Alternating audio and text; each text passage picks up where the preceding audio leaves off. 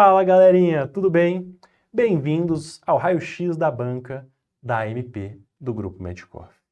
A AMP é sem palavras para descrever a AMP, né? Eu sei que vocês estão ansiosos, eu sei que vocês esperam aqui soluções, porque essa provinha da AMP eu não gosto.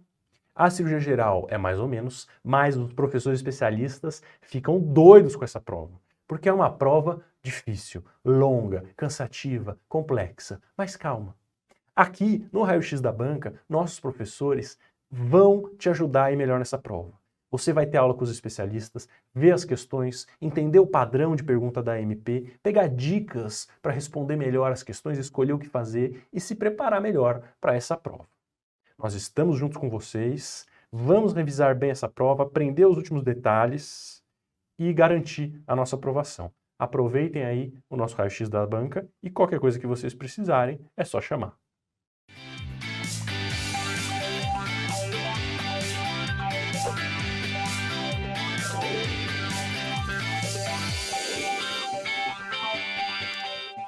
Fala galerinha, tudo bem? Vamos para mais um raio-x da banca, mais uma prova dominada do Grupo Medcoff. Eu sou Henrique, professor e coordenador da cirurgia, e agora nós vamos falar da prova da AMP de R+ cirurgia, de pré-requisito, para você que quer ser especialista. E eu vou falar das questões do conteúdo de cirurgia geral e cirurgia geral avançada, trauma, abdômen agudo, hérnias, as minhas aulas, os meus temas. A gente vai falar sobre isso e vai falar também um pouco sobre a prova. E eu também adoro dar dicas e falar sobre como resolver as questões, porque são coisas que a gente precisa prestar atenção agora, ver nesse detalhe, porque não é só o conteúdo que vai te ajudar nessa reta final. Primeira coisa, como é a prova? É uma prova que cai muito cirurgia geral e gastro, cirurgião mesmo. Trauma, abdômen agudo, aparelho digestivo, câncer, coloretal, é isso que cai. Uma outra questãozinha de alguma outra especialidade, e uma prova bem completa nesses assuntos. Tem muito caso clínico, muita questão grande. É uma prova que é boa, né? Boa prova, mas assim, com ressalvas. É uma prova difícil, porque é grande e é um monte de alternativa para você avaliar, cansa. E é uma prova que não tem muito padrão. Tem questão de verdadeiro e falso, tem questão de assertivas, tem questão de lacuna, tem questão direta. Tá meio doida. Mas, dentro de tudo que a gente já viu por aí, não é tão ruim. Da minha parte, o que a gente vai revisar, se for revisar alguma coisa, nessa reta final? Não pode deixar de esquecer o trauma, TLS geral. Não pode esquecer de estudar e decorar a hérnia, principalmente hérnia inguinal, cirurgia por vídeo, Liechtenstein, TAP, TEP e alguns conceitos anatômicos. O abdômen agudo inflamatório sempre... Trauma e abdômen agudo está sempre aí, você já ouviu. E uma outra questão de HDA e perioperatório às vezes aparece. Muito bom. Primeira coisa, previsões Medcoff e revisões. E eu falei lá, ó. Lembra do orifício miopectino de Frouchot, do Y invertido, dos 5 triângulos, né? Eu falei que ia cair, caiu. E a gente tem que revisar isso. Eu revisei bastante, mostrei questão e falei de hérnias. E olha o que caiu em 2021, que eu já tinha mostrado nas outros raios-x, né? Essa questão. Lesão de nervo é uma complicação frequente. Quais os nervos mais atingidos? Eu sempre falo isso na aula, eu forço isso no raio-x, porque é um tema que eles gostam. E aí a gente tinha que lembrar que, laparoscopicamente, quem é incomodado? O nervo cutâneo femoral lateral e o ramo femoral do nervo gênito femoral, ou o gênito femoral antes de se ramificar. Se fosse Liechtenstein via anterior, a gente ia buscar o ilho inguinal e o ramo genital do gênito femoral dentro do funículo. Às vezes, o ilho hipogástrico ali acima, perto do tendão conjunto. Essa questão caiu. Se você estudou o orifício miopectino de Frouchot, o Y invertido e a anatomia, você lembrou e acertou em 2024 de novo. Vamos só voltar aqui para eu mostrar, a gente recapitular uma revisãozinha rápida. Visão anterior. Abordagem anterior da região inguinal. Liechtenstein é a principal, porque você vai por tela. Você tem que lembrar que o canal inguinal, o teto dele, que vem por cima, a aponeurose do oblíquo externo, que dobra e vira o ligamento inguinal. Uma abertura nela, o anel inguinal é externo. Abrir a aponeurose, cair no canal inguinal. Tem o funículo espermático, que é um músculo ramo, fibras musculares ramo, do músculo oblíquo interno, que envolve ali o funículo espermático, tá? Dentro dele a gente tem os elementos do cordão e o ramo genital do gênito femoral. No canal inguinal, fora do funículo, junto com ele, tem o ilho inguinal.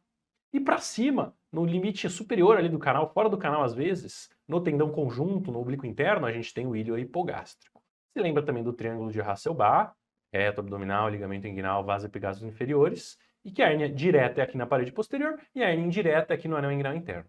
Abaixo do ligamento inguinal a gente tem a hérnia femoral. Essa é a visão anterior. Só que quando você vai para o vídeo, você vê por trás. E aqui a gente está vendo uma visão posterior da região inguinal. E você já soltou o peritônio. Quem você está vendo aqui, ó, passando aqui, lá em cima atrás? O ligamento inguinal. O ligamento inguinal que está aqui, ele está aqui.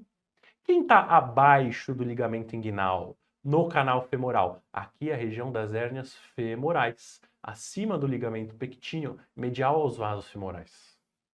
Acima do ligamento inguinal, lateral ao reto abdominal, medial aos vasos epigástricos inferiores. Hérnia inguinal direta. E a indireta entrando pelo anel inguinal interno, junto com os elementos do cordão. Funículo espermático, ducto deferente e vasos espermáticos. Eles entram todos aqui e aí o funículo espermático está ali por fora. Para baixo tem o triângulo da morte, vermelhinho, vaso, sangue, morte. E lateral, o mais lateral e inferior, junto com pessoas, é o triângulo da dor, aonde passam os nervos que a gente viu na outra questão. Lembra desse Y invertido? Revisa isso se você ficou confuso ou não lembra de alguma coisa que eu falei e vamos embora. Olha o que caiu em 2024. TAP, TEP, em relação às técnicas. Cirurgia laparoscópica de hérnia. No reparo TAP, o espaço pré-peritoneal se faz por acesso à cavidade peritoneal. Perfeito. Eu entro na cavidade, solto o peritônio, acessei o espaço pré-peritoneal.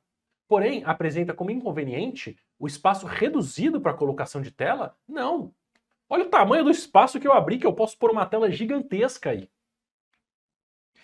Se ocorrer uma grande laceração no peritônio durante a abordagem TEP, TEP totalmente extraperitoneal, o potencial de espaço de acesso pode se tornar obliterado, obrigando a conversão para TAP. Perfeito, tá? A TEP é totalmente extraperitoneal. Você vai abrir, dissecar e achar o peritônio e empurrar o peritônio para baixo e fazer um acesso com auxílio de dissecção e gás do pré-peritônio. O peritônio vai sendo empurrado.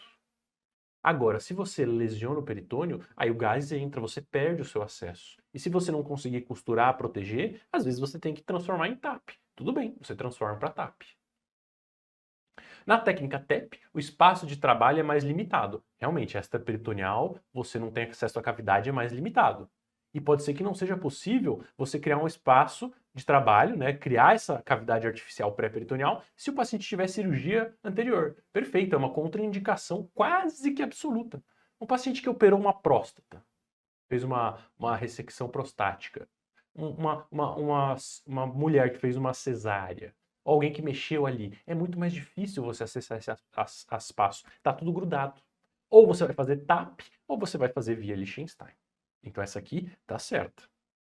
E a quarta, a técnica TEP, por não abordar a cavidade abdominal, pode ser realizada com anestesia loco-regional ou local?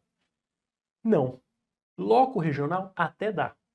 Eu já vi trabalhos, estudos legais que você faz uma raquianestesia e faz por raquia TEP. Mas você tem que estar pronto para converter, porque se tiver uma laceração do peritônio e você tiver que fazer TAP, aí você tem que fazer anestesia geral no paciente. Tudo bem, você está pronto, está no centro cirúrgico. Agora, anestesia local, você faz uma anestesia local e mexe lá com as pinças, não dá. Não dá. Beleza, vamos para mais uns temas e mais questões. Isso aqui é tema quente. Controle de sangramento no trauma. Tem que lembrar da ressuscitação hemostática, das técnicas de tratamento para o paciente politraumatizado e desses 3 itens. Eu gosto de resumir assim. E o que você tem que lembrar disso aqui? Paciente vítima de trauma. Está sangrando até que se prove ao contrário. Se está em choque, é choque hipovolêmico hemorrágico. O que eu tenho que fazer para o paciente que está em choque grave, refratário e instável? Eu tenho que fazer isso aqui. O que é a ressuscitação hemostática? É você dar sangue para o paciente. Sangue, plasma e plaquetas. Repor o volume o mais fisiológico possível. Melhor sangue. Hoje em dia está até entrando sangue total na conversa. É isso que eu tenho que fazer. E junto com a transfusão, eu vou acionar o Transamin. Além disso, eu faço transamin e transfusão maciça se eu tiver indicação no meu hospital, ou pelo menos sangue eu tenho que dar para o paciente que está sangrando, está chocado. Além disso, eu preciso fazer hipotensão permissiva. O que é hipotensão permissiva? É a história do balde. O paciente está sangrando. Se você der mais sangue, aumentar a pressão, dar mais volume, dar não sei o quê, a pressão fica mais forte, sangra mais.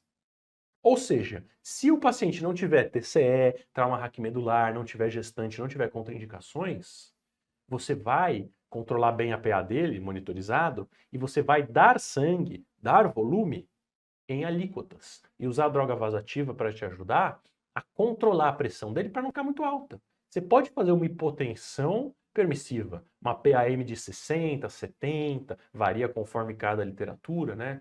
Cada guideline novo muda, mas assim, 60, 70, você abaixa um pouquinho a PA para ele não sangrar mais.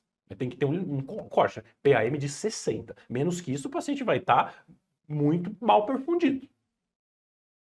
E a hipotensão permissiva e a ressuscitação hemostática são medidas provisórias. Porque qual é a prioridade número 1? É a cirurgia de damage control. O paciente está sangrando. O que você precisa fazer? Controlar o sangramento.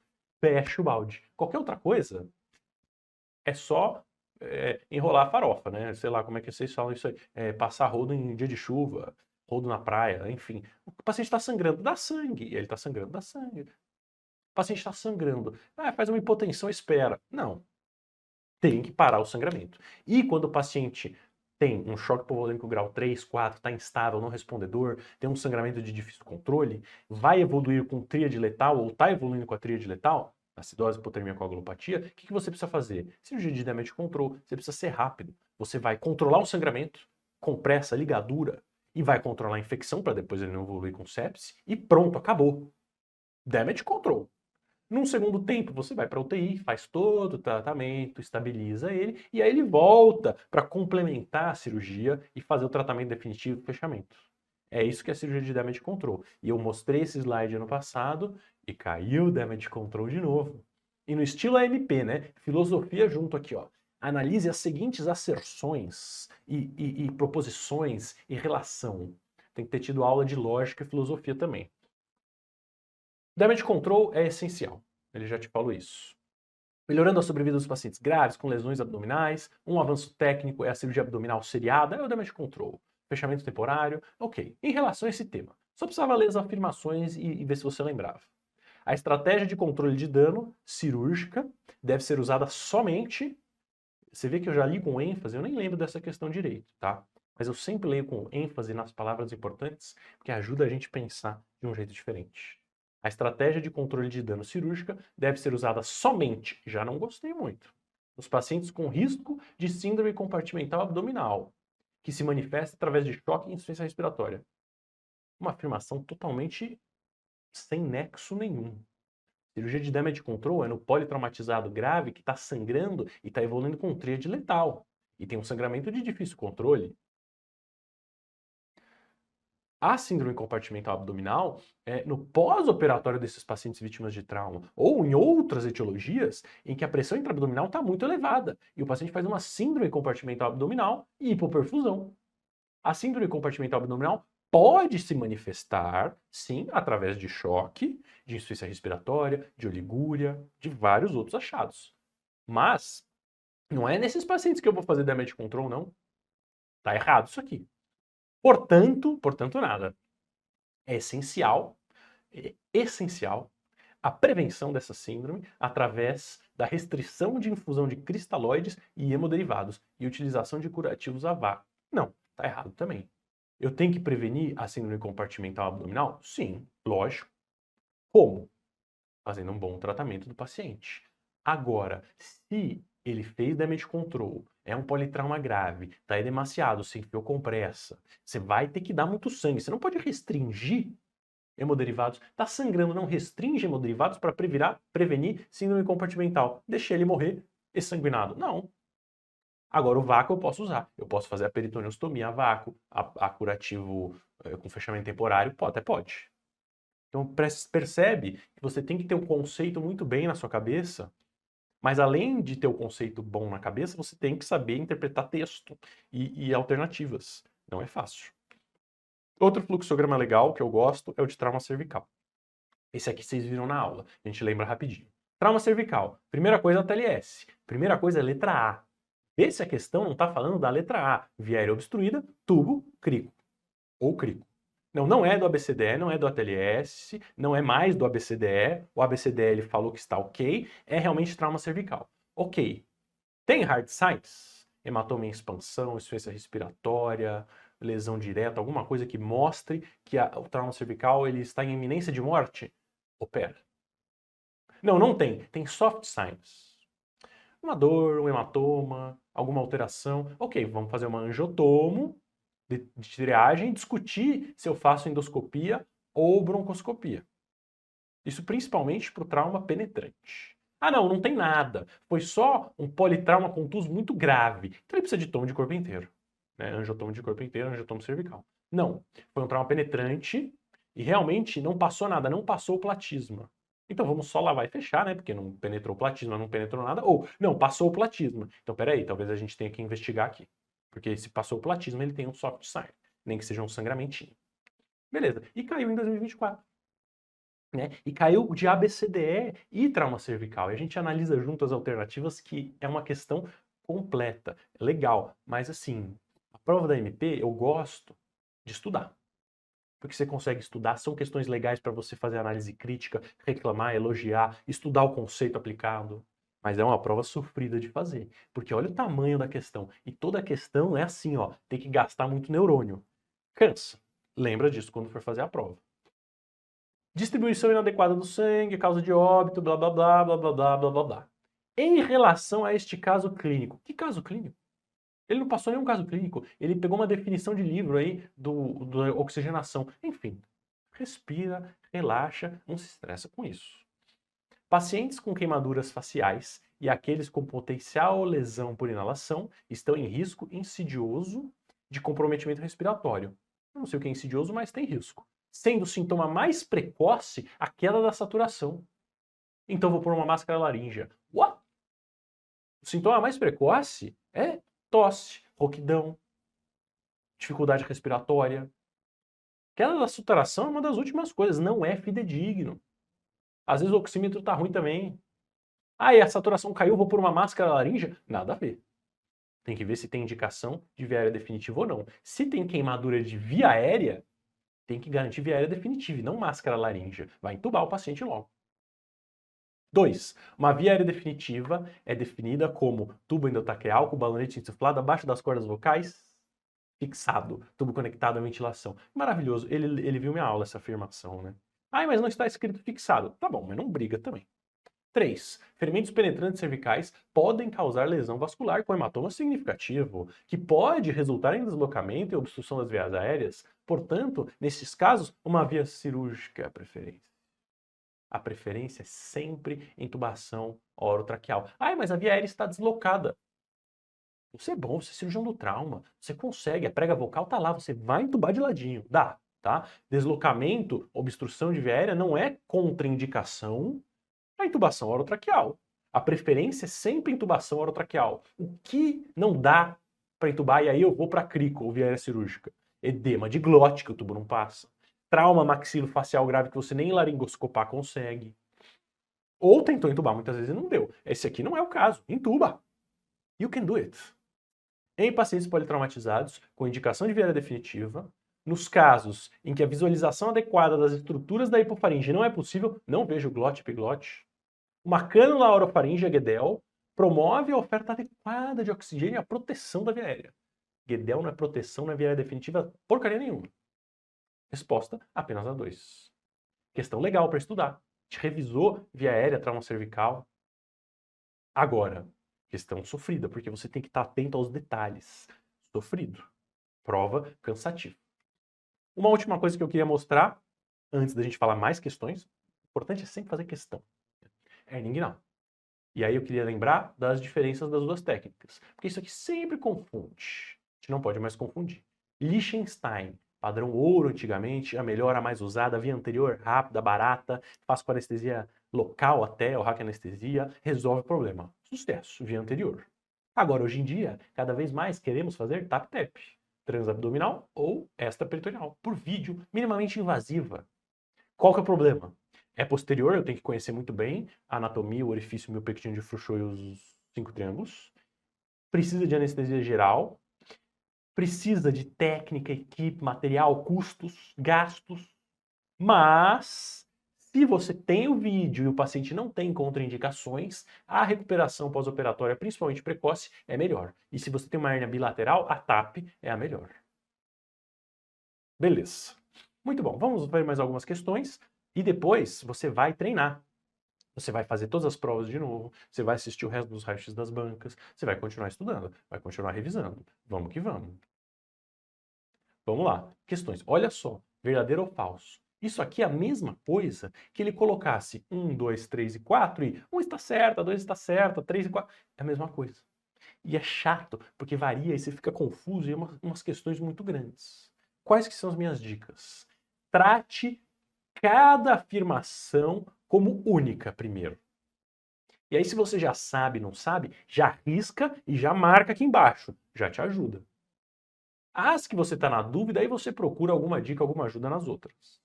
Porque isso facilita você não ficar fosforilando muito. Vamos lá. Ele está falando do quê? De trauma. PAF no abdômen.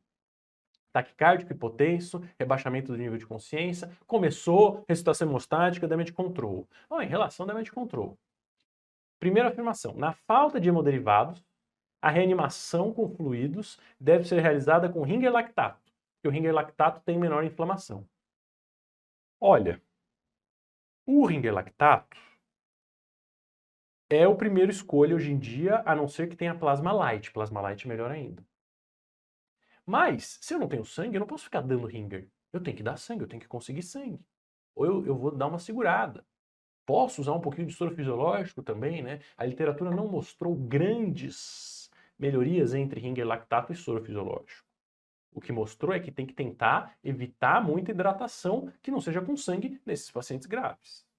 Não sei, até eu tô na dúvida, viu? Porque isso aqui pode ser verdadeiro ou pode ser falso, depende da sua referência, da sua abordagem. É uma afirmação zoada. Espera-se para esse paciente uma gasometria arterial mostrando acidose metabólica. Trauma grave, sangramento, acidose metabólica. E a melhor abordagem para essa alteração é a droga vasoativa. Não, é o controle do sangramento e a reposição com sangue. Essa é falsa. Eu marco falsa e eu já risco letra B e letra C. Porque essa eu sei que é falsa. Existe uma alta probabilidade desses pacientes apresentarem coagulopatia. Trauma grave, choque, sangramento, coagulopatia, acidose, hipotermia, tríade letal, consumo, perfeito. Verdadeiro. Até fator genético influencia um pouco. Verdadeiro. A tromboelastografia estava muito na moda em 2021. Pode fornecer medidas dinâmicas com alterações da coagulação com esses pacientes. Sim, pacientes traumatizados graves, depois do atendimento inicial, depois que opera ou não opera, faz o ABCDE, você manda para a UTI e pode usar o tromboelastograma. Os estudos mais novos estão falando que não serve para nada, mas a gente ainda usa quando tem. Podemos, sim, tá verdade. O ácido transaminexâmico, transamin, deve ser utilizado, porque ele é um antifibrinolítico que previne a degradação da fibrina, porém não altera a patogenia da coagulopatia aguda. Altera, é top, transamin é top. Se você usar até 4 horas, 1 grama de ataque e depois 1 grama em bolos em 8 horas, ele altera, ele diminui o sangramento, melhora a morbimortalidade dos pacientes vítimas de trauma em choque. Ou seja, isso aqui está falso. Sobrou FF, VVF, que é a letra E. Questão que quando você estuda trauma, você olha e fala, isso eu sei. Questão que numa prova longa, com um monte de alternativa, fica cansativo e fica difícil. E aí, ao mesmo tempo, eles têm questão assim, ó. Politrauma. Quando que eu vou fazer tráqueo? Repara que eles adoram via aérea e trauma cervical. Seja daquele tipo de questão que a gente viu, seja esse tipo de questão aqui. Politrauma, via aérea. Quando eu faço tráqueo? O Henrique falou que eu sempre prefiro entubar. Eu só não vou entubar e aí eu vou fazer via aérea cirúrgica se eu tiver edema de glote, trauma maxilofacial grave, uma lesão direta que eu não consigo entubar. E aí eu vou escolher a crico, porque a cricotireoidostomia é a primeira escolha. E quando que eu não vou fazer crico? Quase nunca. Agora, se o paciente tem uma lesão, uma fratura na crico, na cartilagem cricotireoide, na região, eu não vou conseguir fazer crico, eu vou ter que fazer tráqueo. E a resposta é a letra A. Ai, mas eu já vi que Fratura de laringe no ATLS-10 e nos especialistas de trauma mais recente é uma contraindicação relativa para intubação orotraqueal. Para crico, realmente é uma contraindicação, porque já vai estar fraturado ali. Agora, eu posso tentar intubar. Se for uma fratura de laringe pequena, sem desvio, que eu consiga passar o tubo pós, eu posso. É uma contraindicação relativa. Agora, meu querido candidato, tem 5 opções. Você vai brigar com o examinador e falar que ele não estudou, ele não sabe que é relativo hoje em dia, ou você vai escolher a melhor opção? Escolhe a melhor. TCE com lesão de coluna, intuba. Ué, a via aérea tá ali. Qualquer trauma, seja com lesão de coluna ou não, você não pode mexer o pescoço. Intuba. Trauma facial extenso com hemorragia orofaríngea. Crico. Hematoma cervical em expansão, fermento penetrante, zona 3. Tubo. Ou crico. Idoso com trauma extenso de tórax de contusão pulmonar. Tubo. Letra A é a resposta. A gente não briga, a gente sabe, a gente estudou. Né? E aí eu trouxe um meme só para fazer piada. Por quê? Porque ele fala uma indicação formal. Formal. Não é mais formal. Mas tudo bem, você não vai brigar com ele. Tá tudo certo. Vamos para mais algumas questões de temas quentes da minha área que a MP adora. E aí, caso clínico. Questão longa. Exploração cirúrgica. Instável. PAF no flanco. Tomou tiro. Tá cheio de sangue. Tem lesão no baço. E aí tem um hematoma de reto peritônio, quem diria que cai em prova, hein? Zona 1 e zona 2. E aí, como tinha em zona 1, instável, tem que explorar. Explorou, cauda de pâncreas com lesão do ducto. Trauma pancreático. E aí, mais cirurgia, eles gostam de trauma pancreático. Trauma pancreático, cauda e corpo com lesão ductal. Grau 3. Qual conduta? Eu nem li as alternativas. Pancreatectomia, corpo caudal. E aproveita e faz a esplenectomia. Está instável, resolve o problema. Letra A, lesão pancreática pode ser tratada através de pancreatectomia caudal e o coto proximal ligado. Maravilhoso! Não vou nem ler as outras. Mentira, eu vou ler porque vocês ficam ansiosos. Pode ser realizado o controle vascular do ilho esplênico através da manobra de Pringle. Pringle é no fígado. Deve ser realizada a pancreatectomia distal com canulação do ducto pancreático. O paciente está morrendo, você vai fazer uma cirurgia eletiva de passar um cano no ducto pancreático que está edemaciado e você nem sabe onde está. E aí reconstrói o trânsito. Pancreato jejunal. Socorro. Após a realização de reconstrução do ducto pancreático, cirurgia tranquila, fácil, né? Num trauma instável e tranquilinho. A lesão pancreática vai ser suturada. Para a realização da esplenectomia, não é necessária a mobilização do baço. E aí você vai direto na artéria esplênica junto do tronco celíaco. É um trauma grave instável. Meu amigo, você vai pegar o baço, vai arrancar e jogar na panela e acabou, é 5 minutos. E aí você liga ali onde dá, liga os vasos e acabou. Tira o pâncreas junto.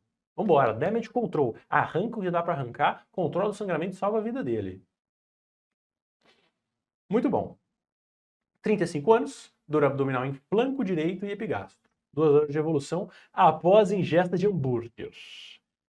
Foi no McDonald's, malandra, né? Não cumpriu a dieta. Você que está assistindo o raio-x da banca de madrugada, cansado, a prova amanhã também pediu um iFood, né? Não comeu salada, olha só. E disse que não tinha comorbidade. Você também fala que não tem, né? Duvido. Bom estado geral, hidratada, abdômen globoso, blá blá blá blá, DB negativo. Tá com dor depois de comer hambúrguer. Deve ter comido 7 hambúrgueres. Ai, doutor, comi 7 hambúrgueres e estou com epigastralgia. Não me diga. Toma um remedinho e vai para casa, né? Pelo amor de Deus. Qual o diagnóstico? Infarto agudo, infartou. 35 anos, dor, sem nenhum sinal de alarme, depois de comer um hambúrguer, infartou. Se fosse idoso, a gente podia suspeitar. Na questão jovem, não é infarto. Cólica biliar, obstrução temporária do ducto. Obstrução temporária, comeu, foi lá estimular, deu uma obstruída, doeu. Colecistite enfisемatosa. Não é idoso, idosa, não é diabético, não tem Murphy positivo, não tem sinais de sepse, não tem mais nada, não é. Síndrome de Mirise. Ictérico não tá. Dor intensa não tem, não. Pancreatite aguda, também não. Resposta letra B. Comeu hambúrguer, teve dor. Tá? Eu faço piada assim, eu exagero, porque aí eu ajudo vocês a lembrarem. Você vai estar fazendo a prova e vai lembrar do hambúrguer da revisão de véspera. E aí você não vai errar a questão. Né? Porque essa questão você já fez, você já conhece, já estudou. Precisamos variar um pouco para tentar dar uma ajuda, né? E tentar lembrar de jeitos diferentes, porque na hora da prova é estressante.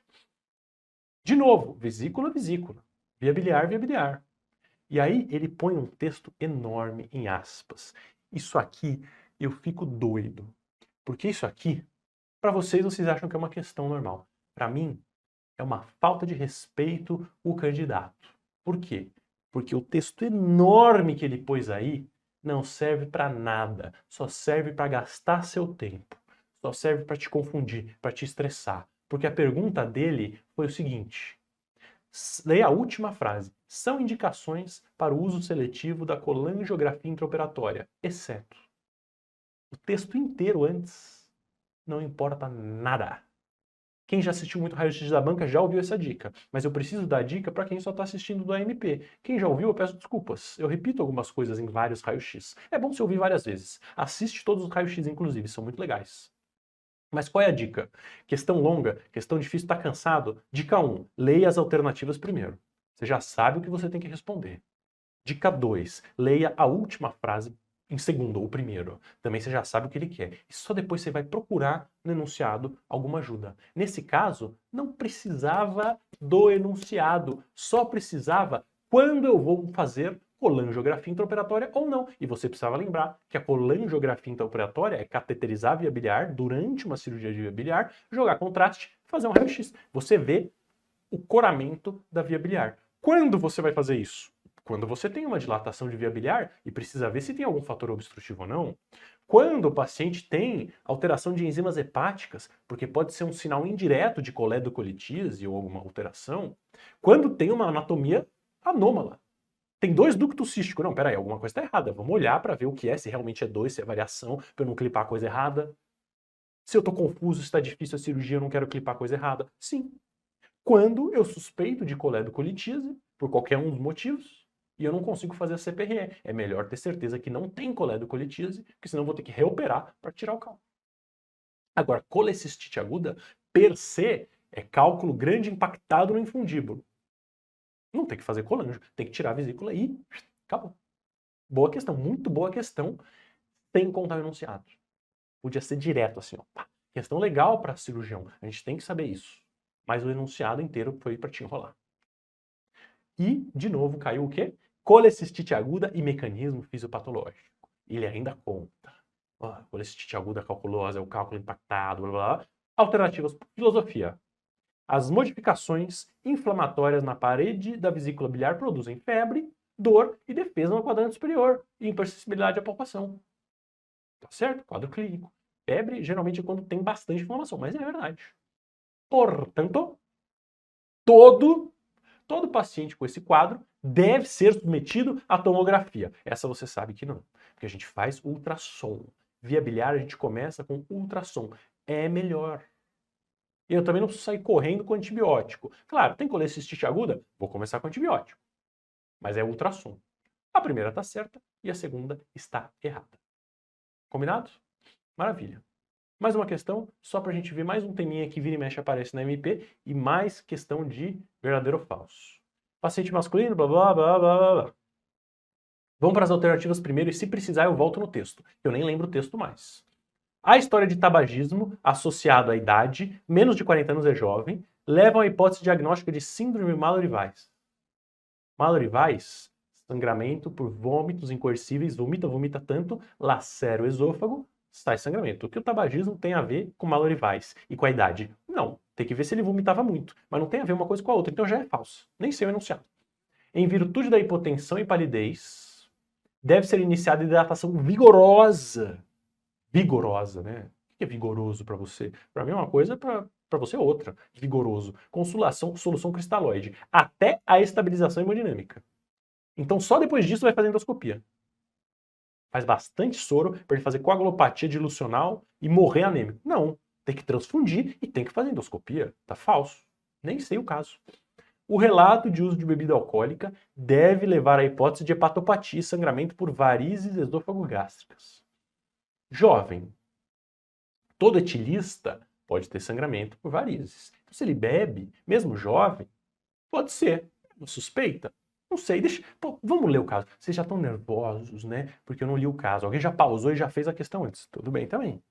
Vamos ver o caso. Homem jovem, vomitou sangue, nunca teve antes. Não tem comorbidades. Ele bebe álcool todo dia. Ah, bebida alcoólica diariamente? Pode ser varizes sim, apesar de jovem, né? Vai ver ele bebe desde os 14 anos de idade? Já valeu. Já fez. Exame físico tá hipocorado, tá sudoreico, então ele tá começando um choque grau 1 aí, né? E não tem grandes alterações. Mas pode ser varizes? Poder pode tudo. A história de tabagismo é significativa e deve-se levantar a hipótese de câncer de estômago. Não. Câncer de estômago é muito raro em jovens. E geralmente é um sangramento que dá sangue oculto nas fezes, gastroparesia, saciedade precoce. E assim, eu não vou estadiar direto também. Né? Falso. O paciente encontra-se em choque de etiologia hipovolêmica e eu vou fazer droga vasativa e plasma e não vou dar sangue nenhum. Não. Falso, falso, verdadeiro, falso, falso. Legal, boa revisão de hemorragia, apesar de ser uma questão difícil, hemorragia digestiva. Em 2024, caiu de novo hemorragia digestiva. Ah, mas caiu baixa. Olha, eu fiz o raio-x das bancas e falei, estude hemorragia digestiva alta e baixa. Corrigi algumas questões, nem lembro se eu corrigi essa ou não.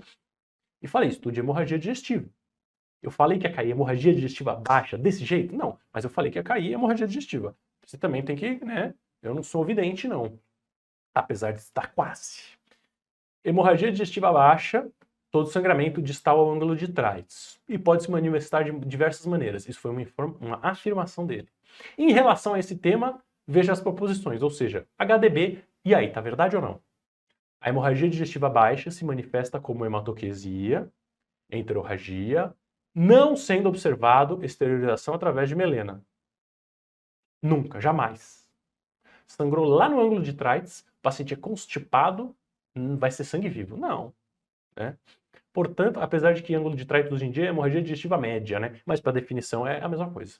Portanto, todo paciente com melena deve ser submetido a endoscopia e angiografia, ou angiografia, no caso de sangramento volumoso. As duas são falsas e eu vou explicar por quê. Hemorragia digestiva baixa pode ser hematoquesia, enterorragia, melena, se o paciente tem um trânsito lentificado. E todo mundo que tem melena tem que ser investigado. Agora, o paciente tem uma melena e está estável hemodinamicamente, está super bem, não está com dor, não está em choque, não está em potência, não está taquicárdico, é uma meleninha. Eu não preciso ir para angiografia. Tem alguns protocolos que falam que nem precisam de endoscopia. Cuidado com todo. Lógico, o paciente está com melena e está em choque, vai para endoscopia. Sim. Mas não é todo. Todo é quase sempre falso. Tudo, nunca, sempre, é muito perigoso. Pessoal, prova da MP. Trauma com foco em ATLS via aérea e ABCDE. Abdômen agudo inflamatório com foco em colecistite via biliar. Hérnias e parede abdominal e hemorragia digestiva. Mas mais do que o conteúdo, treine esse tipo de questão, treine essa análise dessas afirmativas, para você levar o conteúdo que você está estudando e está decorando para aplicar em questão. Bons estudos, boa sorte e conte com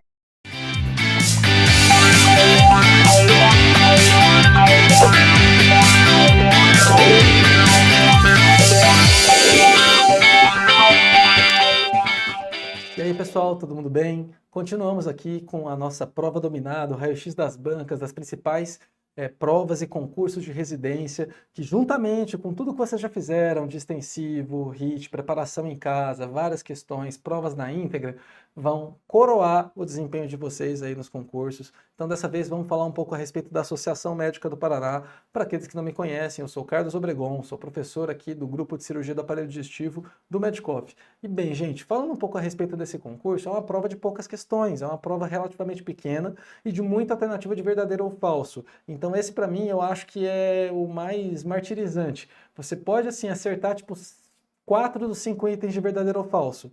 Se você muitas vezes acaba falhando na interpretação de algum tema, algum tópico, ou errando alguma alternativa, você erra a questão inteira. Porque o que vai estar na alternativa de A, B, C, D é as alternativas de verdadeiro ou falso. Se é verdadeiro, falso, falso, verdadeiro, ou por aí vai. Então, gente, interpretação de texto é o que vai mandar nessa prova. Não costuma cair rodapé em cirurgia do aparelho digestivo, costuma ser uma prova, vamos dizer, até de certo ponto fácil, mas onde que a gente cai do cavalo? É não lendo direito, tá bom?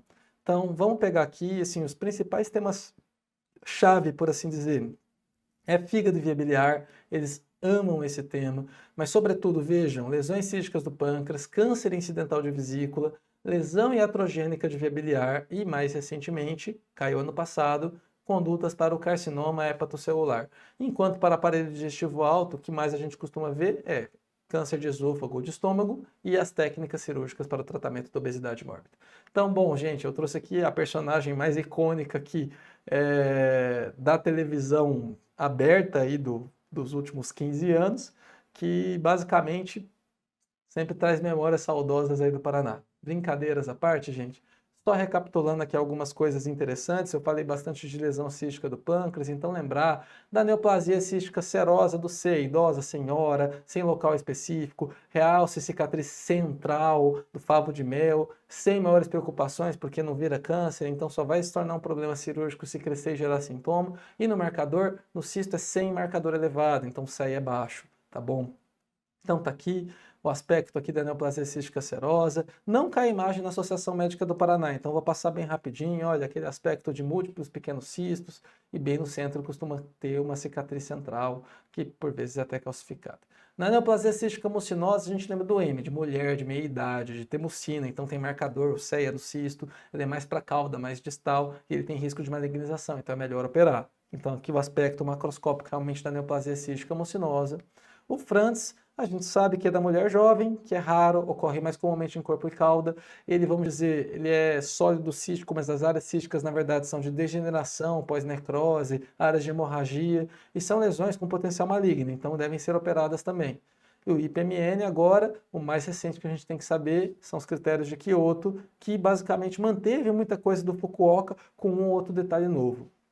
Lembrar que a frequência é geralmente muito equivalente entre homens e mulheres, na sexta, sétima década de vida, ele é mais comum na cabeça do pâncreas, tanto o ducto principal quanto o ducto secundário comunicam com o Wirsum, então isso aqui é isso, gente, olha, o ducto principal ele nasce no Wirsum, enquanto o ducto secundário ele nasce em ductos secundários e comunica com o Wirsum. A tabelinha do Fukuoka, vocês já estão cansados de saber, eu já falei ela trocentas vezes para vocês, o importante é vocês saberem, Fukuoka tem um alto valor preditivo negativo, se não tiver estigma de alto risco, nem fator preocupante, é praticamente certo que essa lesão é benigna, tá bom? O estigma de alto risco, lembrar que são fatores que estão indicando pra gente, olha, essa lesão talvez esteja evoluindo agora para um câncer. Então, assim, estigma de alto risco é opere. Enquanto o worrisome features, que é o fator preocupante, olha, não parece ser câncer, mas tem alto risco de virar se você deixar. Então, são sinais que apontam risco para a degeneração para um câncer.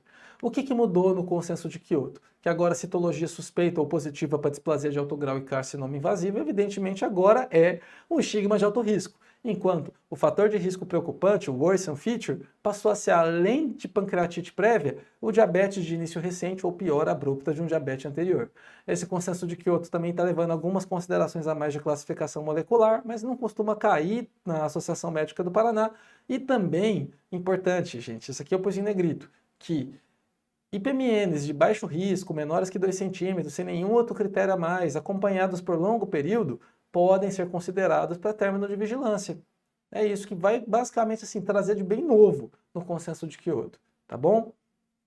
Câncer incidental de vesícula já caiu antes, é algo que a gente consegue resumir em só um slide. Lembrar, gente, você fez uma colecistectomia por vídeo, chega o anátomo, você dá um susto, olha, tá restrita a mucosa, é T1A.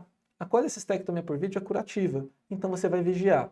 É T1B, ou seja, ultrapassou para além da mucosa, ou um T2, o ideal é reoperação radical o quanto antes, dentro de 2 a 4 semanas no máximo.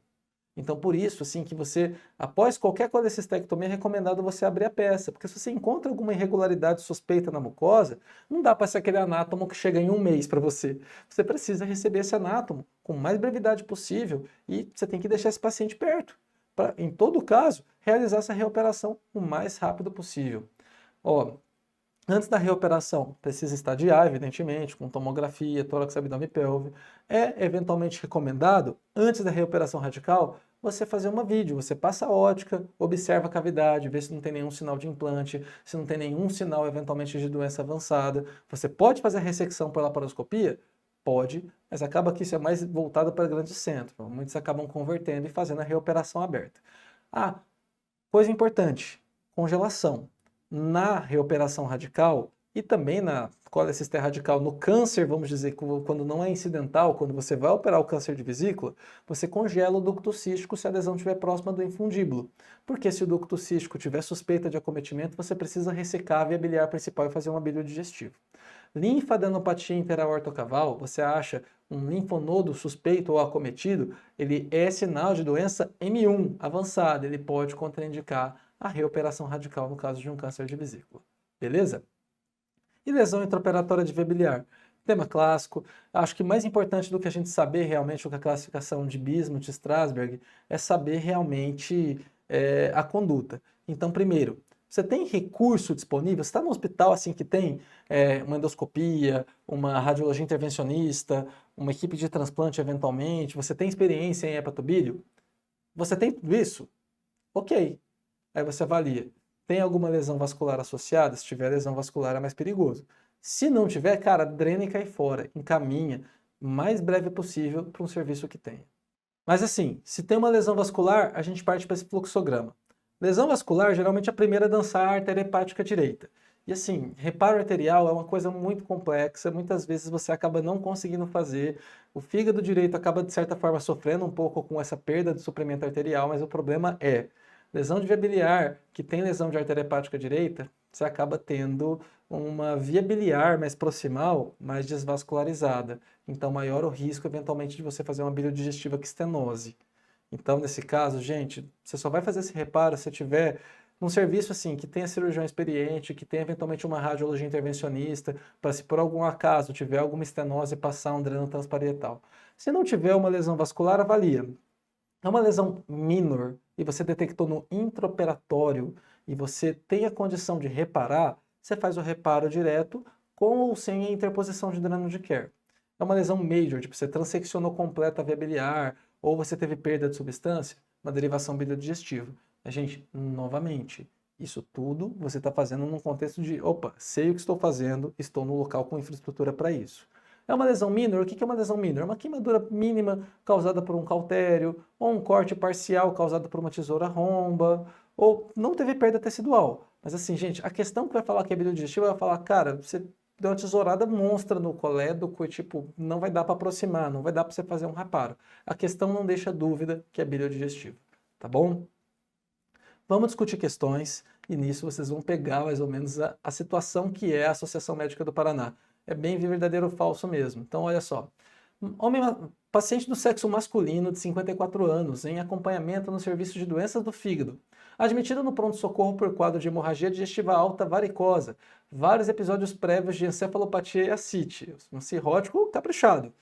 Investigação adicional com tomografia computadorizada de abdômen demonstrou um nódulo hepático sugestivo de hepatocarcinoma, de localização periférica no segmento 2, medindo 2,5 centímetros no maior eixo, discreta quantidade de líquido livre abdominal, esplenomegalia homogênea e sinais de circulação colateral abdominal. Realizou estadiamento extrahepático negativo, ou seja, é um hepatocarcinoma precoce. Se a gente for ver Barcelona Clinic aí, é aquele estágio A, né? Tipo, uma lesão única aqui, tá basicamente 2,5 centímetros, localização até favorável para a cirurgia, segmento 2, dá até para fazer por vídeo, mas pô, encefalopatia, sangramento, circulação colateral, ascite. Ele tá falando o que pra gente? Não me opere, só opera se for para trocar o fígado. É isso, tá bom? Então vamos dar uma olhada. Primeira alternativa. A classificação radiológica em exame tridimensional, ressonância ou tomografia, pode definir o diagnóstico de hepatocarcinoma, sem necessidade de confirmação histológica. E isso é verdade para a grande maioria dos pacientes. É isso, gente. O diagnóstico de hepatocarcinoma é quase que 100% das vezes radiológico. Próxima. Com a lesão do paciente em questão é periférica e de fácil ressecção, isso é verdade. A enucleação da lesão ou hepatectomia segmentar pode ser realizada? Bom, você pode fazer hepatectomia total para um transplante, ou prossegue com essa hepatectomia que você vai levar uma peça de 80 quilos para o seu patologista, tá bom? É falso. Você não vai fazer uma ressecção nesse paciente que tem circulação colateral, ascite, encefalopatia. Não, gente, não é o caso. Esse paciente chegou sangrando por uma HDA varicose no pronto-socorro, você vai mandar esse paciente para hepatectomia? Tem amor ao CRM. Bom, biópsia guiada por ultrassom ou tomografia deve ser realizada para confirmação histológica. Não, gente. A gente faz biópsia naqueles pacientes que têm nódulos Lee-Rades 4, que geram dúvida, que pode ou não ser CHC, que a imagem não foi capaz de ser categórica, tá bom? Falso. Quando a gente tem uma imagem segura, cara, é CHC e ponto final, não precisa de biópsia. Você pode inclusive tratar. O paciente tem uma doença metastática, você pode dar sorafenib para o seu paciente sem anátomo. É respaldado. Na ausência de metástases à distância, o transplante de fígado é o tratamento de escolha para o paciente em questão. Maravilhoso, você vai tratar a cirrose, você vai tratar o câncer, é perfeito. Ótima alternativa. Lembrando que o paciente não pode ter contraindicações ao transplante. Por último, os principais sítios de metástase à distância do hepatocarcinoma são pulmão, ok, osso, ok, e adrenal. Ótimo, é isso. Resposta correta.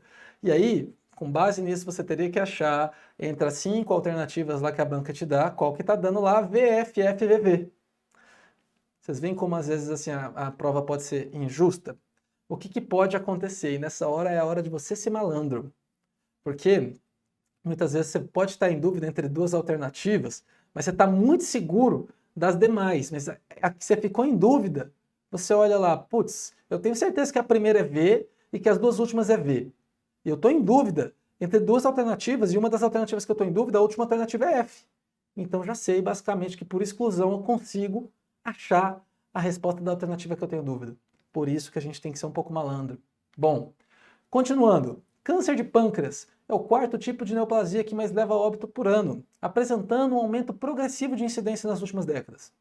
Em relação a esse tema, assinale as assertivas abaixo, classificando-as em verdadeiro ou falso. Primeira, a neoplasia mucinosa papilar intraductal de ductos secundários, IPMN de ducto secundário, ocorre com mais prevalência em homens jovens, não é igual prevalência entre homens e mulheres entre 6ª e 7ª década de vida. Então é errado. E possui baixos valores de CEA? Não. Tumor mucinoso. Então, tanto neoplasia cística mucinosa quanto IPMN vão ter CEA aumentado. Falso. Na neoplasia mucinosa intraductal de ducto principal a alto potencial maligno. Gente, por que não escreve IPMN, né? Sim, IPMN de ducto principal. Tem alto potencial maligno? Tem. Acabou. O cistadenoma seroso acomete mulheres idosas. Verdade, a vovó serosa, ó, senhora. E há uma lesão multifocal? Não. Lesão multifocal não acontece tanto na neoplasia cística serosa. Uma situação que pode acontecer isso daí são situações eventualmente de algumas síndromes que estão associadas, por exemplo, não me falha a memória, acho que Lifraumene. Preciso até consultar, mas isso é uma situação rara, tá bom? De maneira geral, desculpa, von Hippel-Lindau, lembrei agora. Lifraumene é mutação de P53. Von Hippel-Lindau pode ter associação com múltiplos cistos serosos de pâncreas, mas isso é raro. Numa situação de mulheres idosas, situação de neoplasia cística serosa esporádica, lesão multifocal é infrequente, por isso é falso. O cistadenoma mucinoso ocorre mais comumente em homens idosos. Não. Mucinoso da mãe, da mulher de meia idade. E ocorre mais para a cauda e não no corpo do pâncreas. Falso. Por último, os pacientes com cistadenoma mucinoso possuem moderado risco de malignidade. Verdade. E são achados altos níveis de antígeno carcino embrionário. Verdade. Isso. Uma neoplasia cística mucinosa, por ser mucinosa, vai ter CEA alta e glicose baixa dentro do cisto. Beleza. Continuando. Tá vendo, gente? É muito VOF. Eu peguei assim as mais recentes, essas aqui são do ano passado, para vocês verem o quanto o VOF é o que domina essa prova. Paciente feminina de 42 anos, previamente colecistectomizada há 3 anos, procura atendimento com queixa de prurido e escurecimento da urina uma semana. Opa, colestase. Piora progressiva, referindo sintomas no último mês, semelhantes, com melhora espontânea, associadas a evacuações escurecidas. Melena. Refere perda ponderal de 3 quilos no período, em um mês. Realizou ultrassom abdominal que indicou o fígado de aspecto normal, importante dilatação das vias biliares intraextrahepáticas e colédoco difusamente aumentado, não sendo possível evidenciar o fator obstrutivo. Em relação a esse caso clínico, assinale as assertivas abaixo. Gente, é jovem. Colecistectomizada, a gente já pensa é lesão de via biliar, ou então é coledocolitíase primária, mas esquece o fato do previamente colecistectomizada. Marca um risco aí imaginário. Chega uma paciente de 42 anos para você, que tem sintomas colestáticos, É cálculo. Acaba que realmente a gente pensa mais nisso. Mas, ó, evacuação escurecida, melena, sinal de alarme, viu? Perda ponderal, sinal de alarme. O ultrassom dela, vindo ou não vindo cálculo, você vai deixar de fazer a endoscopia dessa paciente? E, gente, aqui, ó, lembra da aula de neoplasias periampulares, do tumor lá que gosta de fazer uma melena, que gosta de dar aquela melhora transitória da icterícia obstrutiva, do tumor de papila. Tá com a carinha disso. E realmente é isso. E, assim, esse enunciado é legal para você fazer o seu raciocínio clínico. E vamos dar uma lida aqui nas alternativas. Tumores periampulares devem ser considerados no diagnóstico diferencial? Sempre. Icterícia obstrutiva deve ser considerada um tumor periampular. E nesse caso aqui agora, quando você vê que não tem cálculo, não evidenciou fator obstrutivo, o paciente teve perda de peso e teve melena, é obrigatório você considerar. A principal hipótese diagnóstica é coledocolitíase primária? Bom, você não evidenciou nenhum cálculo no ultrassom, nenhum. Poderia até ter um cálculo incrustado no pano da papila, causando melena é mais difícil. Tem cara mais de tumor. A principal hipótese disso aqui é tumor, gente. Então, errada aqui é a segunda alternativa. A derivação biliodigestiva em Y de Roux está indicada, uma vez que a dilatação da via biliar não foi evidenciado fator obstrutivo. Você pode fazer uma biliodigestiva na GDP que você vai propor para essa paciente, se você encontrar o tumor de papila e a doença for ressecável, tá? Então, assim, o recomendado é descubra o fator obstrutivo, não trate o problema, e sim descubra a causa primeiro. Endoscopia digestiva alta pode auxiliar no diagnóstico do caso? Pode e deve. Você faz endoscopia digestiva alta. Com a endoscopia digestiva alta, se ela for capaz de observar o plano da papila alguma alteração, eventualmente, às vezes, a gente até acaba usando o endoscópio de visão lateral, você faz a biópsia, faz a tomografia para estadiar e, em confirmando aí um tumor de papila localizado, a conduta é GDP. Bom, o tratamento definitivo pode ser feito através de escleroterapia endoscópica. A escleroterapia está supondo o quê? Que é alguma variz, algum vaso sangrando? Não, gente. O tratamento definitivo vai ser feito através de faca, tá bom? Alternativa incorreta. Mas nem tudo é VOF. Às vezes a Associação Médica do Paraná gosta de colocar eventualmente alguns outros cenários. Vejam, homem de 52 anos é encaminhado pelo pneumologista com sintomas de pigarro e tosse crônica há meses. Tem sintomas de refluxo gastroesofágico com sintomas extraesofágicos. Então, ó, tem realmente encaminhamento de pneumo, tem muitos sintomas extraesofágicos, mas vamos dar uma olhada. PA 13/8, pulso de 81 e MCO de 37. Glicemia de 105, uma glicemia de jejum alterada. Tem uma hérnia de hiato de 4 centímetros e uma esofagite grave, ó, esofagite grauda de Los Angeles. Teste de urease.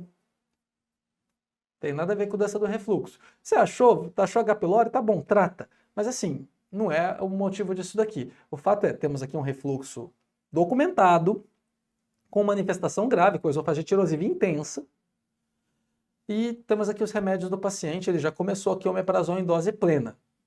Bom, pensando aqui, o paciente começou a tratar clinicamente aqui há 2 semanas. A gente vai fazer cirurgia anti-refluxo? Não.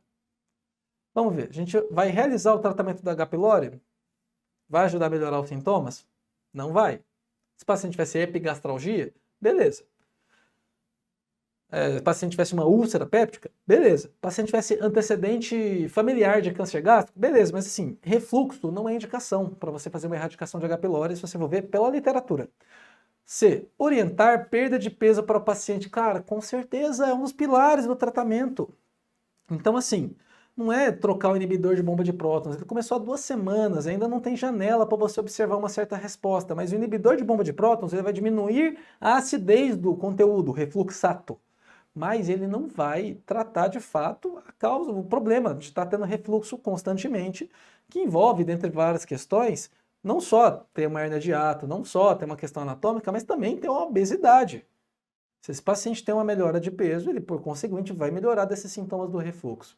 Ele poderia, talvez, se a gente fosse considerar para cirurgia bariátrica, se você for ver, sim, tem doença do refluxo, tem uma glicemia de jejum alterada, é hipertenso, e tem MC acima de 35, tem comorbidades associadas à obesidade. Então, se tivesse aí bypass gástrico, daria para considerar. Mas não uma cirurgia anti-refluxo, uma hiatoplastia com fundo duplicatura. Nesse caso, é até proscrito. Então, assim, gente, espera muitas questões de VOF.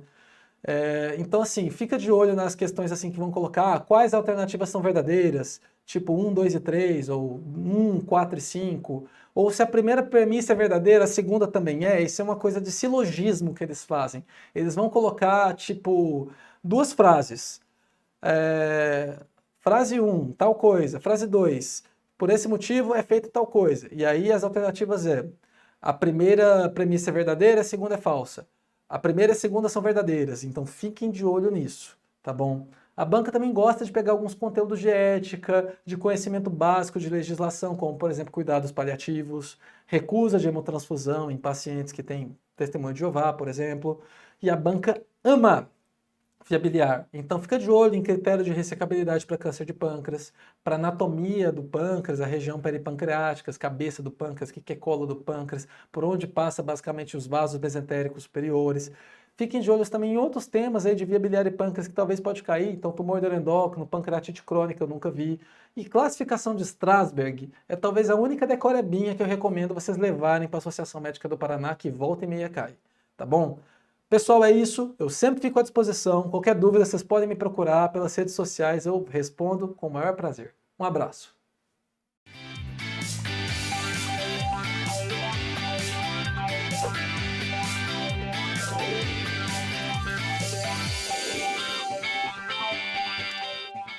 Oi, pessoal, tudo bem? Exerval, professor de cirurgia torácica de vocês. Vamos dar uma olhadinha aí nessa prova da Associação Médica do Paraná, que é uma prova que não cai tanta coisa assim de cirurgia de tórax. Quando cai muito é questão de derrame pleural, tá? Então é focar aí na revisão em relação ao derrame pleural. As questões geralmente não são questões tão aprofundadas, vão girar em torno aí os critérios de Light, às vezes conduta com o derrame pleural complicado, com o empiema, que é realmente o que a gente vê aí na prática diária da maioria dos médicos, né? Vale a pena aí revisar alguns temas extras, né? Um deles é a estenose traqueal. Então, volta e meia a gente vai ver esses pacientes jovens que ficaram entubados por muito tempo em UTI e que evoluem com processo estenótico por mau cuidado com o paciente entubado, tá? E é fundamental que vocês lembrem a questão do tratamento definitivo desses pacientes, né? A conduta de escolha definitiva vai ser a ressecção e anastomose, mas a ressecção e anastomose ela só pode ser realizada se a extensão da estenose for inferior a 50% do comprimento traqueal, ou seja, até ali algo em torno de 5, 6 centímetros, né? A traqueia geralmente tem 12 centímetros de comprimento. E o paciente ele não pode ter mais sinais inflamatórios agudos nessa estenose, certo? Então a gente precisa dar um tempo para essa estenose ela se cronificar, se delimitar completamente, e aí a gente propõe então a ressecção e anastomose. Enquanto isso, o paciente ele pode ficar com um tubo T de Montgomery, que permite que ele tenha uma boa qualidade de vida, respirando pelo nariz, pela boca, né? E conseguindo também ter uma fonação adequada, tá certo? Lembrar também de câncer de pulmão, que é um tema forte aí para todas as bancas, apesar da gente não ver muitas questões aí nessa prova, mas questões de epidemiologia que envolve qual o tipo de câncer de pulmão mais frequente? Adenocarcinoma, tá certo? Seguido por carcinoma de células escamosas, tá bom? Tumor carcinoide é um tipo de tumor de pulmão que faz parte aí da linhagem neuroendócrina, que é muito boa para cair em questão de prova, porque ela foge do trivial para câncer de pulmão. Geralmente são pacientes jovens, não tabagistas, que evoluem com esse tipo de câncer, tá certo?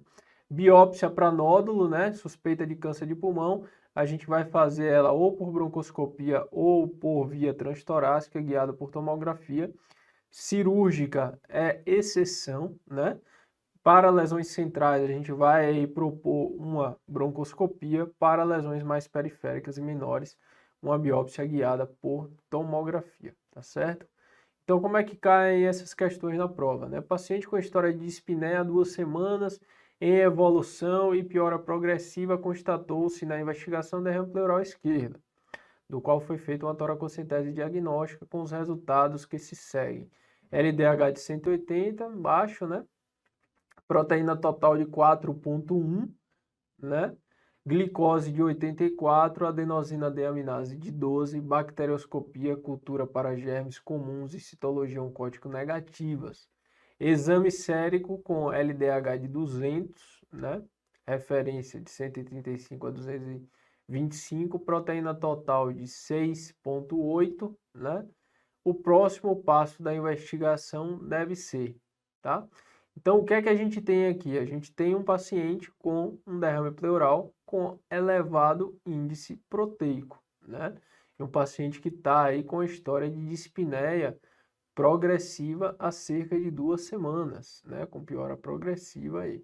Então, esse paciente, pessoal, ele tem um exudato, né? Ele tem um exudato porque ele tem um índice proteico aí muito alto. Só que esse exudato, ele não cresceu nenhum tipo de germe. E o paciente também não tem nenhuma história aí de quadro broncopneumônico. Então, provavelmente a gente está diante aí de alguma patologia que cause exudatos pleurais e não necessariamente quadro broncopneumônico, né? Então, letra A, analisar a função hepática. Analisar a função hepática seria mais interessante se a gente tivesse diante de um quadro transudativo, né? Cirrose hepática, insuficiência hepática, ela é tipicamente causa aí de transudato, porque você diminui muito a pressão oncótica intravascular e você acaba tendo um extravasamento de transudato para o terceiro espaço, tá?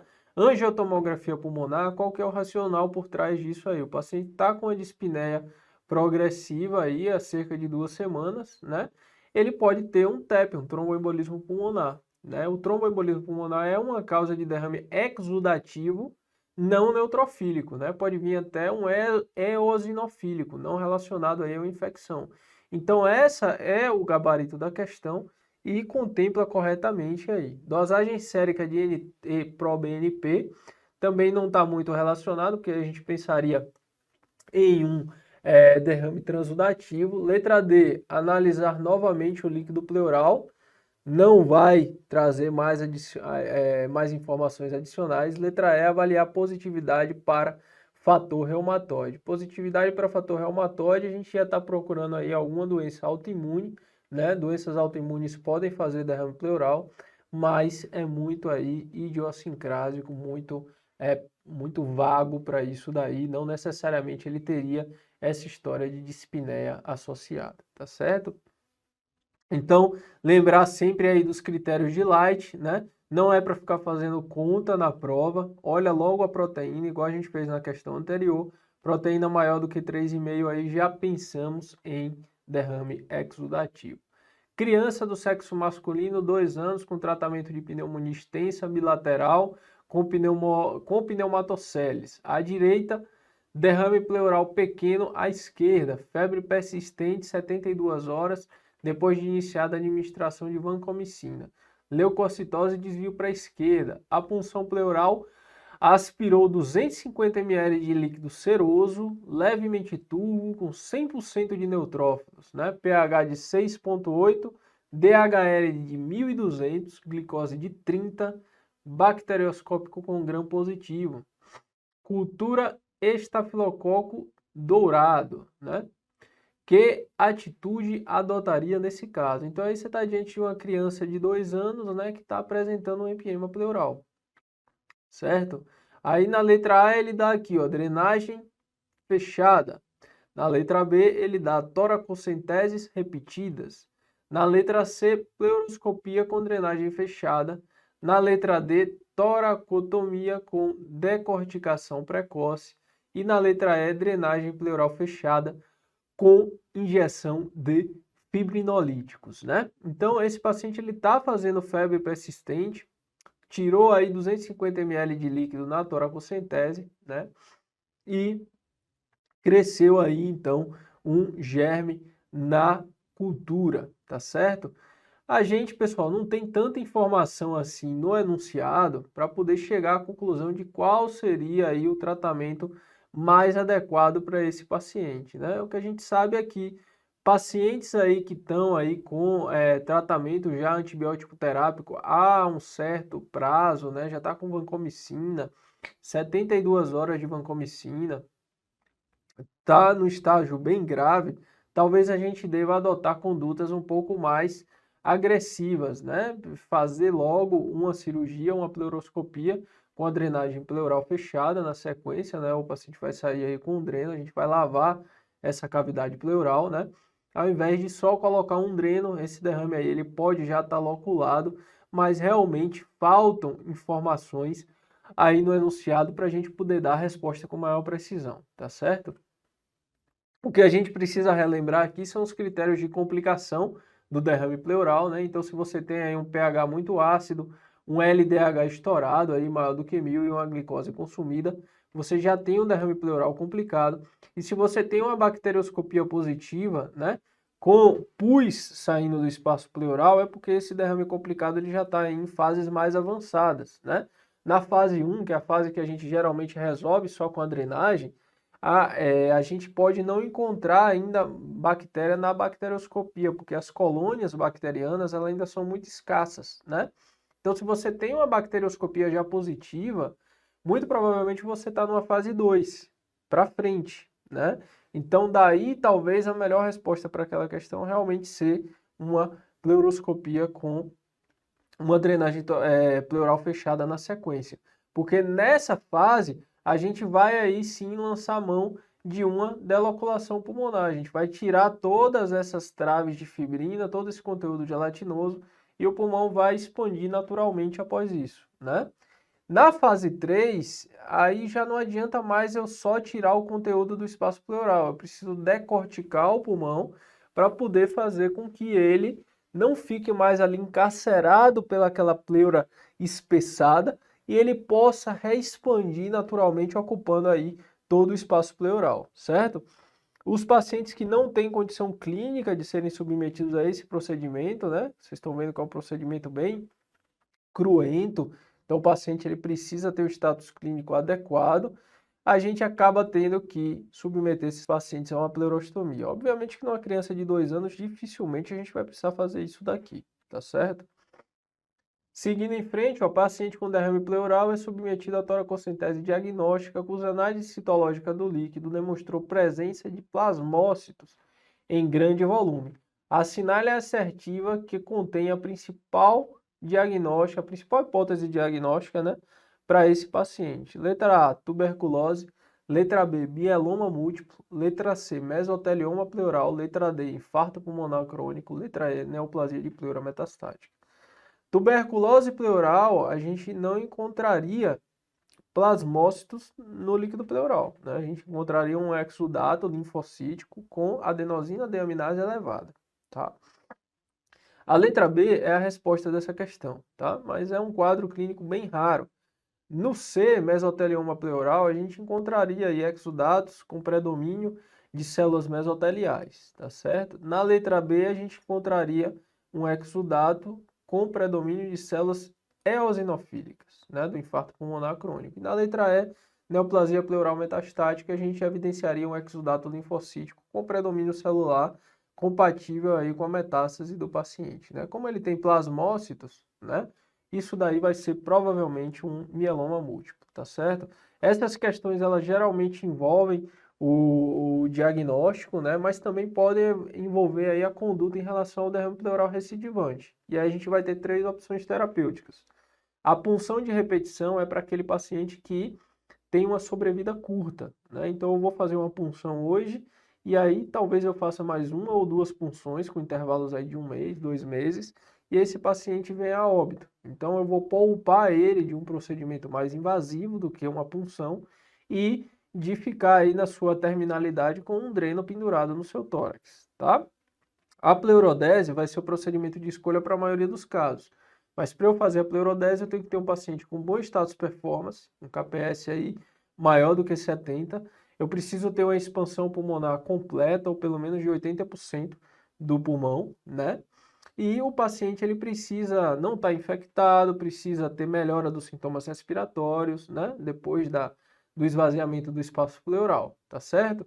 Para os pacientes que ainda têm uma sobrevida relativamente longa, mas que não têm expansão pulmonar completa, eu vou precisar lançar mão de um dreno de tórax de longa permanência, tá? Esse dreno vai ficar lá por alguns meses, ele vai fazer uma certa pleurodese ainda no que tem lá de expansão completa, e aí depois a gente consegue tirar esse dreno com uma cavidade bem mais reduzida e o paciente segue aí com a vida dele habitualmente, tá certo? Então, pessoal, essa foi a revisão aí para a prova da Associação Médica do Paraná, tá?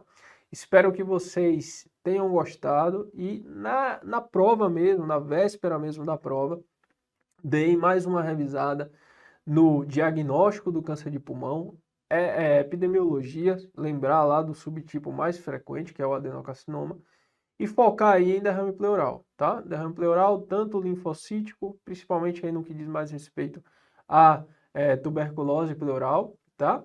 E no empiema pleural também. Esses são os temas mais importantes aí para essa prova.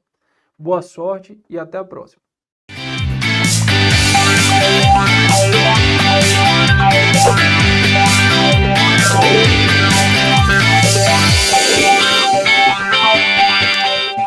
Vamos para o raio-x da prova do MP. Essa prova aqui, se você tiver tempo e tiver a fim de estudar por uma prova, pega essa aqui. As questões são imensas, de temas que aparecem em todas as bancas e cobram detalhe do detalhe. Vamos comentar aqui cada uma dessas questões que apareceram. E essa aqui vai ser uma revisão de véspera, né? Um raio-x diferente. A questão, resposta, questão, resposta, questão, resposta. E eu vou aproveitando as alternativas para trazer conceitos importantes aí para vocês. A gente vai falar de reconstrução, queimadura, cicatrização e lesão por pressão. Vocês veem que são só temas aí que são ouro, aquilo que eu estou falando. Questões imensas, cobrando detalhes, detalhes, detalhes dos clássicos. Vamos começar pelo que eles falam de queimaduras elétricas. De todos os pacientes internados com queimaduras, 3 a 5% possuem queimadura pelo contato com eletricidade. Sobre essa patologia, avalie as seguintes asserções da relação proposta entre elas. Olha só, então ele vai te dar duas afirmativas e você vai ter que ver aí a relação entre elas duas. 1. A lesão elétrica é diferente das outras queimaduras na medida em que as áreas visíveis de necrose tissular representam apenas uma pequena porção do tecido destruído. Isso é verdadeiro? É verdadeiro demais. É aquela lesão que engana. Tem uma lesãozinha pequena ali na pele, mas a lesão profunda pode ser muito grande e também alterações sistêmicas podem ser grandes. Portanto, para avaliação específica do dano muscular é necessária a realização de uma tomografia? Não. A gente não faz tomografia aqui para avaliar a extensão da lesão. A gente vai avaliar clinicamente esse paciente e também no intraoperatório quando a gente for fazer desbridamentos. Mais uma. Homem de 40 anos chega ao pronto-socorro com queimadura em antebraço esquerdo provocada por contato com óleo fervendo. Apresenta a lesão com escara endurecida, esbranquiçada, envolvendo toda a circunferência do antebraço e por cerca de 20 centímetros de comprimento. Ou seja, é uma queimadura de espessura total circunferencial. Já tem que acender um alerta aí na sua cabeça. O paciente se queixa de insensibilidade e parestesia no membro e hiperestesia nos dígitos. Assinale a assertiva que contém a conduta mais adequada para esse paciente. Questão moderna, né? Ele te dá um caso clínico, não te fala o diagnóstico, você tem que ter feito o diagnóstico na sua cabeça para depois responder alguma coisa sobre ela. Então, qual que é a entidade que apareceu aí? Uma queimadura circunferencial de espessura total num membro que está causando o quê? Síndrome compartimental por formação da carapaça necrótica. O paciente já tem alguns P's aí, PEM, parestesia, já fica de olho. O paciente está evoluindo como síndrome compartimental. Você tem que atuar. Vamos ver como você vai atuar. A. Hidratação vigorosa, desbridamento dos tecidos desvitalizados e realização de curativo a vácuo. Vamos hidratar vigorosamente esse paciente que tem aí uma lesão de espessura total fazendo uma síndrome compartimental. Não, você vai piorar. E o desbridamento você não faz nesse momento. Lembra que o desbridamento você vai esperar aí uns 2, 3 dias para fazer, porque você vai determinar a real profundidade. Então, não é essa conduta. B. Oclusão da lesão por 48 horas com curativo impermeável realizado com sulfadizina de prata e corticoide tópico. Primeiro que não usa corticoide tópico nas queimaduras. Segundo que, maravilha, né? Então aí, o síndrome compartimental, quer saber? Esconde isso aí, fecha, dá remédio para dor e a gente vê como é que fica depois. Na hora que você abrir, o membro vai estar completamente isquêmico e morto. Então tá errado. C. Escarotomia, finalmente, com incisão lateral e medial da área afetada com o objetivo de restaurar a perfusão aos tecidos distais. Maravilha, essa é a conduta. D. Amputação da região acometida, preservando o tecido para a preparação imediata do coto para inserção de prótese substitutiva. Ótimo, o paciente tem uma síndrome compartimental, amputa logo, evita, poupa o tempo desse cara. Não, né? Vamos evitar essa amputação ao máximo. E, devido à fase de inosculação da ferida, nem existe fase de inosculação da ferida, isso existe na integração dos enxertos, pode ser realizado enxerto autócnico de pele retirado da região lombar após desbridamento do tecido desvitalizado. Aqui ele queria falar assim, meu, se tiver alguém que não entende nada de nada, vai responder essa aqui porque tem umas palavras bonitas. Nossa resposta, alternativa C. Mais uma. Olha o tamanho das questões, bicho. Olha o tamanho, mas vamos lá. Paciente masculino de 30 anos é trazido ao pronto-socorro pelo serviço pré-hospitalar vítima de queimadura ao acender uma churrasqueira. Apresenta queimaduras de 2º grau em face, tronco anterior e membro superior direito. Face anterior e posterior. Encontra-se lúcido, verbalizando, taquicárdico e normotenso. Em relação à conduta a ser adotada, esse paciente analisa as assertivas abaixo. Assertiva 1. Esse paciente possui possibilidade de lesão de via aérea.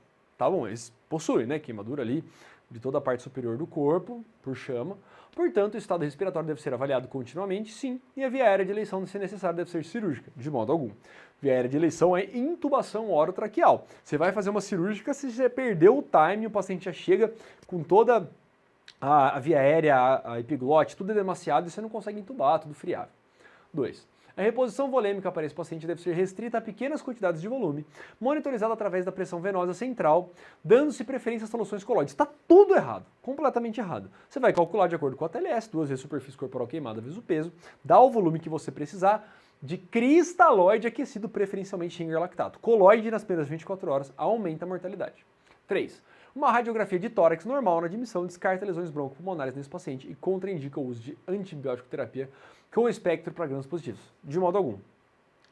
A radiografia não vai excluir. Se o paciente evoluir com dificuldade de ventilação, febre, sinais de pneumonia, esse paciente pode sim ter tido uma pneumonite química, tá bom? Pela queimadura, pela passagem de foligem lá para os alvéolos. E a única que vai estar correta aqui é essa 4. O curativo desse paciente deve ser oclusivo para minimizar as perdas de calor por evaporação e a agressão pelo frio, proteger o epitélio danificado e promover conforto à ferida dolorosa, sim, além de evitar infecções. Exatamente isso. Vamos lembrar que o paciente queimado ele é vítima do calor e morre de hipotermia. Então a gente tem que evitar a hipotermia nesse paciente desde o pré-hospitalar e também com o nosso curativo por camadas, geralmente, muito bem formulada aí essa última assertiva. Geralzão das queimaduras elétricas. Lembrar então, é queimadura que engana. Lesão de entrada e lesão de saída podem ser pequenas, às vezes não dá para saber por onde entrou, por onde saiu, mas o dano interno pode ser muito grande, tanto tecidual quanto por arritmia, passou pela área cardíaca, tem que fazer eletro, tem que monitorizar. Lesão muscular, que vai acontecer tanto pela passagem da corrente, quanto pelo calor produzido pelo efeito Joule, quando a corrente elétrica passa por um tecido de alta resistência, que é o osso, e aí cozinha a musculatura ali dentro das lojas musculares. O que isso vai causar? Síndrome compartimental, porque vai demociar tudo, e aí tem que fazer fasciotomia, diferente das queimaduras circunferenciais de espessura total, que vão precisar de escarotomia, e essa lesão muscular joga um monte de mioglobina lá na corrente sanguínea, que vai cair no rim e vai fazer insuficiência renal aguda. Como que a gente evita isso? Hidratando bastante. Lembra que queimadura elétrica ainda mantém pelo ATLS o uso de Parkland. Por quê? Você associa uma grande quantidade de volume necessária por conta da hemoglobinúria a uma superfície corporal pequena na hora do seu cálculo. Às vezes vai dar 6, 3, 4%. Só que o paciente precisa de muito volume. A gente usa Parkland e busca uma diurese maior, 75 a 100 ml hora. Pode alcalinizar a urina e também pode usar diurético osmótico se você quiser aumentar aí a lavagem desses néfrons. Maravilha? Bastante coisinha aqui. Passei meio rápido por esse slide, porque tem bastante questão longa ainda para a gente ver. Vamos lá, um enxerto de pele total é um segmento da derme e epiderme que é separado de sua área doadora e de seu suprimento sanguíneo e transplantado para outra área receptora do corpo. Lindo! Em relação a este tema, assinale as assertivas abaixo, conforme verdadeira ou falsa. Eu já vou colocar as respostas aqui e vou comentando. Primeira, verdadeira. A circulação plasmática, também chamada de embebição plasmática, nutre o enxerto durante as primeiras 48 horas com exudato plasmático proveniente dos capilares do leito receptor. Perfeita e conceitual, exatamente isso. Primeiras 48 horas, esse leito que é bem vascularizado vai fazer um exudato que vai manter tudo nutrido. Segunda, falsa. O estado do leito receptor não é importante? É claro que é importante, aquilo que a gente falou. O enxerto vem sem vascularização própria. Ele precisa de um leito receptor muito bem vascularizado, sem infecção, sem necrose. Próxima, falsa. Podem ser utilizados como método adjuvante no tratamento agudo de fraturas expostas de membro inferior. Não. Fratura exposta, primeiro, Osso sem periósteo, não integra enxerto. Segundo, precisa de uma cobertura mais robusta, que você tem uma fratura ali, você não quer uma osteomielite nesse osso, então não serve para tratar fratura exposta. Próxima, falsa também. Juntamente com antibiótico terapia de amplo espectro, podem ser utilizados no combate de infecções relacionadas às fasciite necrotizantes. Nada a ver. Enxerto não melhora a infecção, muito pelo contrário. Você vai colocar um tecido ali que é desvascularizado e que pode se infectar e terminar de necrosar. Algo que a gente pode usar para combater infecção dentro do contexto de reconstrução não é em fasciite necrotizante, mas é em osteomielite, que são os retalhos musculares. Você colocar um retalho muscular em cima de uma osteomielite é legal. Você leva um tecido bem vascularizado para um local pouco vascularizado e aí você aumenta o porte de oxigênio e de antibiótico, tá? Mas aí, enxerto para fasciite necrotizante, nada a ver. Você pode usar o enxerto depois que tratou a fasciite necrotizante e ficou uma ferida. Próxima, que é verdadeira. A revascularização inicia-se após 48 horas através da neovascularização e inosculação. Um detalhe, hein? Tá vendo que está invertido? Na verdade, a ordem seria inosculação e neovascularização. Pode ter sido sem querer? Pode, mas tem um conceito para lembrar rapidinho. O Sabiston traz invertido, tá bom? O Sabiston, quando fala de integração de enxerto, ele fala que é embebição normal, que depois de 48 horas vem a revascularização, que iria englobar a inosculação e a neovascularização. Porém, ele traz ao contrário, ele fala que na revascularização acontece primeiro neovascularização e depois inosculação. Isso vai contra tudo que a gente sabe, tudo que as grandes referências trazem, mas o livro está assim. Então, se aparecer invertido, calma, não se desespera. Pode ser que a banca esteja considerando correta porque viu lá no Sabiston, tá bom? Então, fica atento, isso aqui pega aluno bom, mas o aluno bom, que sabe já o tema, consegue entender que tem aí uma divergênciazinha na literatura, que ele tem que ir com calma. Beleza? Mais uma questão. Os retalhos musculares e músculo cutâneo são essenciais nas reconstruções de feridas complexas e exigem um conhecimento anatômico detalhado na sua indicação e na dissecção cirúrgica. Assinale as afirmativas abaixo. De novo, quer saber quais são corretas? Eu já vou deixar marcado. Primeiras duas são incorretas. Os retalhos musculares e músculo cutâneo são classificados de acordo com seu suprimento vascular, Mates e Nahay, em 6 tipos? Não, em 5 tipos, de 1 a 5. 2. Os retalhos do tipo 1 são aqueles que possuem pedículo vascular único e o exemplo mais conhecido é o retalho do músculo sartório. Putz, difícil pra caramba! Não, o músculo sartório é tipo 4, não é tipo 1. Tipo 4 é aquele que só tem pedículo segmentar, não tem nenhum dominante. Próxima. Os retalhos com vascularização mais confiável são dos músculos maiores, com pedículos dominantes, que supre praticamente todo o retalho, sendo os mais úteis os tipos 1, 3 e 5. De fato, são os que a gente mais usa. Tá bom? 4. O retalho miocutâneo do músculo reto abdominal, o TRAN, muito empregado nas reconstruções mamárias pós-mastectomia, é classificado como tipo 3, certo? E possui 2 vasos dominantes, a artéria epigástrica superior e a artéria epigástrica inferior. Perfeito. O reto abdominal é um clássico do tipo 3. Outro clássico do tipo 3 é o glúteo máximo, que vai ser a glútea superior e inferior. E aí, coincidentemente, na 5 ele traz.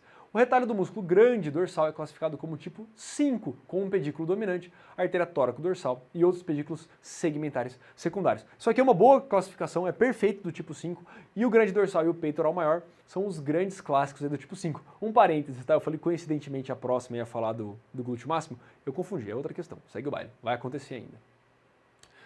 Aqui, questãozinha para você conectar uma coisa com a outra. É até difícil de fazer um slide disso aqui. Então já vamos jogar e a gente comenta por que cada uma tá certa.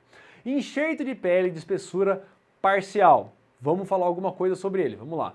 Podem ser confeccionados em malha por meio de incisões em fenda na lâmina do enxerto, permitindo sua expansão, sendo útil quando existe escassez de pele doadora disponível. Perfeito, essa é uma das vantagens do enxerto de pele parcial. Você pode passar ele no mesher e colocar ele em malha. Nessa malha você pode aumentar em até 9 vezes a área que ele cobre. Só que vai meio mal, tá? Geralmente a gente aumenta até 3 vezes, já é um bom ganho de área, mas é mais uma vantagem, mais um motivo de você usar os enxertos de pele parcial. Os pacientes que precisam de muito enxerto, tem muita área receptora. Primeiro, porque você pode tirar de qualquer lugar praticamente, né? Você pode tirar do couro cabeludo, do dorso, do tórax, do abdômen, da coxa, da perna, de onde você quiser. E além disso, você ainda pode usar em malha. 2. Enxertos de pele de espessura total. O que está correto? Englobam a epiderme e toda a derme, com porções de glândulas sudoríparas, glândulas sebáceas e folículos pilosos. Perfeito, ele leva todos os anexos dérmicos com ele. 3. Enxerto de pele de células teciduais cultivadas. Putz, o que é isso? São utilizados no tratamento de queimaduras ou feridas cutâneas extensas e resultam no cultivo in vitro de células epidérmicas humanas por um período de 3 a 6 semanas. Perfeito, tá bom? Essa aqui é a cultura de queratinócitos. Você vai multiplicar muito essa quantidade de células. Você pega um pouquinho, leva para o laboratório e você cria um grande tecido, de grande área. Funciona? Funciona. Problemas: pouco disponível, super caro e demora esse período para crescer. Essas células têm que se multiplicar, então elas demoram de 3 a 6 semanas para aumentar. E tem paciente que não pode esperar tudo isso. A gente usa pele de cadáver nesse meio tempo, tá bom? 4. Embebição plasmática. Consiste na fase inicial, primeiras 48 horas, da integração do enxerto com exudato plasmático, proveniente dos capilares do leito receptor. Perfeito, né? Conceitual, a gente falou ali atrás. Quando você faz o enxerto, vai ser primeiro embebição, essas 48 horas, depois inosculação e neoangiogênese. Maravilha. 5. Revascularização. Constitui-se em 2 processos, sendo o primeiro a neovascularização, no qual existe crescimento dos vasos sanguíneos do leito receptor para o enxerto. O segundo é a inosculação, no qual são formadas anastomoses entre os vasos do enxerto e do receptor. Lembra que a gente conversou? O Sabiston trouxe trocado. E ele trouxe aqui Ctrl C, Ctrl V do que está no Sabiston. O que a gente vai fazer? Trouxe com a ordem invertida, diferente do que a gente estuda sempre. Mas tá tendo que aceitar, cara. Tá tendo que aceitar isso nas provas. Então vai com calma, vai com esse conhecimento na manga. A cirurgia plástica reparadora emprega com muita frequência o uso dos retalhos musculares e músculo cutâneo. Assinale a alternativa correta. A.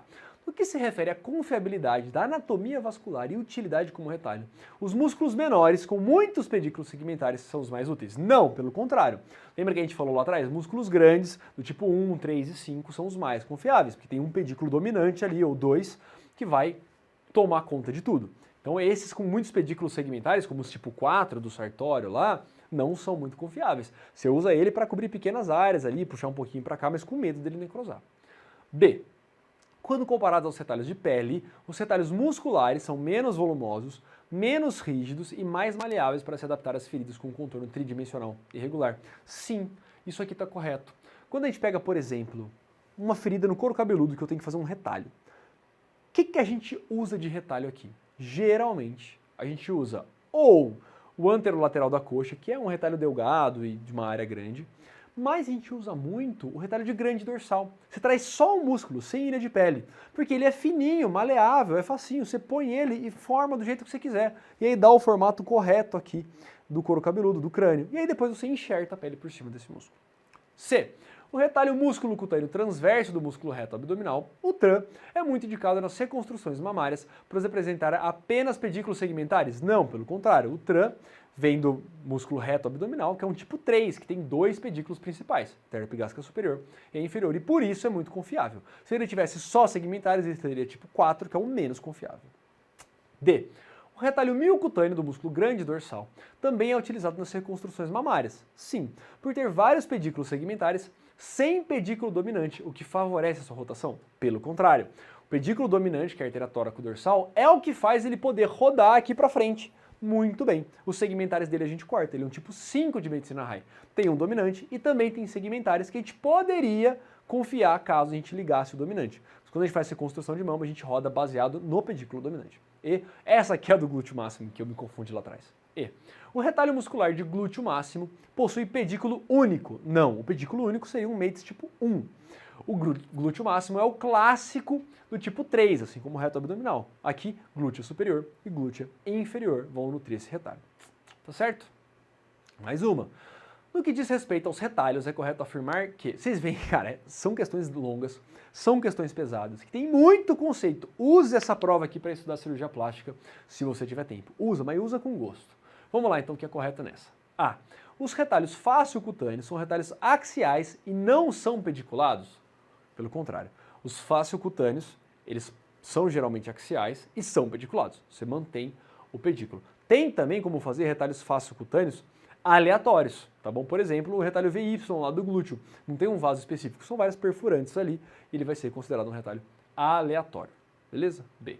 Os retalhos microcirúrgicos são amplamente empregados devido à sua simplicidade de execução. Muito pelo contrário.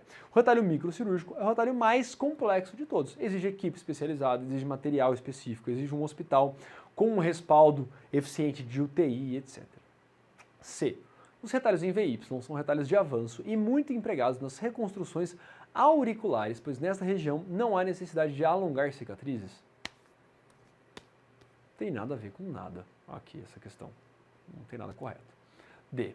Um retalho é definido como um segmento de tecido parcial ou completamente isolado, cuja vascularização se faz por meio de embebição plasmática no leito receptor. Isso aqui é para quem está lá num passo atrás, ainda confundindo retalho com enxerto, que essas pessoas ainda têm. Espero que você não seja mais um deles. Mas se for, pega aqui. O que é enxerto? Enxerto é isso que ele descreveu. É um segmento de tecido que não tem vascularização própria e depende do leito receptor. O que é retalho? Retalho é aquela transferência de tecido que possui vascularização própria e não depende do leito receptor. Tem esses conceitos muito claros na sua cabeça, por favor. E, que é a correta. A zetaplastia ou plástica em Z envolve a transposição de dois retalhos randômicos em forma de triângulos adjacentes com o objetivo de alongar ou redirecionar uma cicatriz prévia. Perfeito. A zetaplastia a gente consegue ganhar comprimento num tecido, numa cicatriz. Então, por exemplo, o paciente tem aqui uma brida que segura o pescoço dele assim, ó. Segurou aqui. O que eu faço? Eu desenho um risco aqui e faço um Z com ângulos assim, ó. Esse ângulo, quando a gente incisar e trocar a posição dessas duas pernas, desses dois triângulos que a gente fez, você vai ganhar em comprimento. E a depender desse ângulo, você ganha um comprimento diferente. O que a gente mais gosta de usar é o ângulo de 60 graus, que ganha 75% em comprimento. É muita coisa, tá bom? Por que a gente gosta? Porque é a melhor relação ali custo-benefício em termos de tensão e ganho de comprimento. Por quê? Se eu fizer um ângulo de 90 graus, eu ganho 120%, então mais do que dobro o comprimento da cicatriz. Só que às custas de muita tensão, então não fica legal. O ângulo de 60 graus vai muito bem na maioria dos casos. Mas na vida real mesmo, na verdade, a gente faz ali mais ou menos do jeito que parece que fica bom, lembrando que o ângulo de 60 graus é um ângulo legal.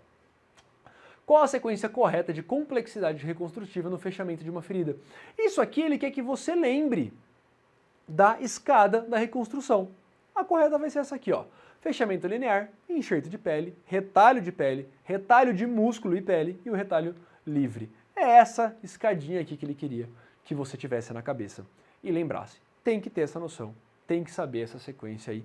Mas é bom ter uma noção de grandeza, né? Saber que o fechamento primário é mais simples que os enxertos e de que os retalhos são mais complexos que os enxertos e que dentro dos retalhos, o retalho de pele é mais simples que o de músculo, que é mais simples do que o livre ou microcirúrgico.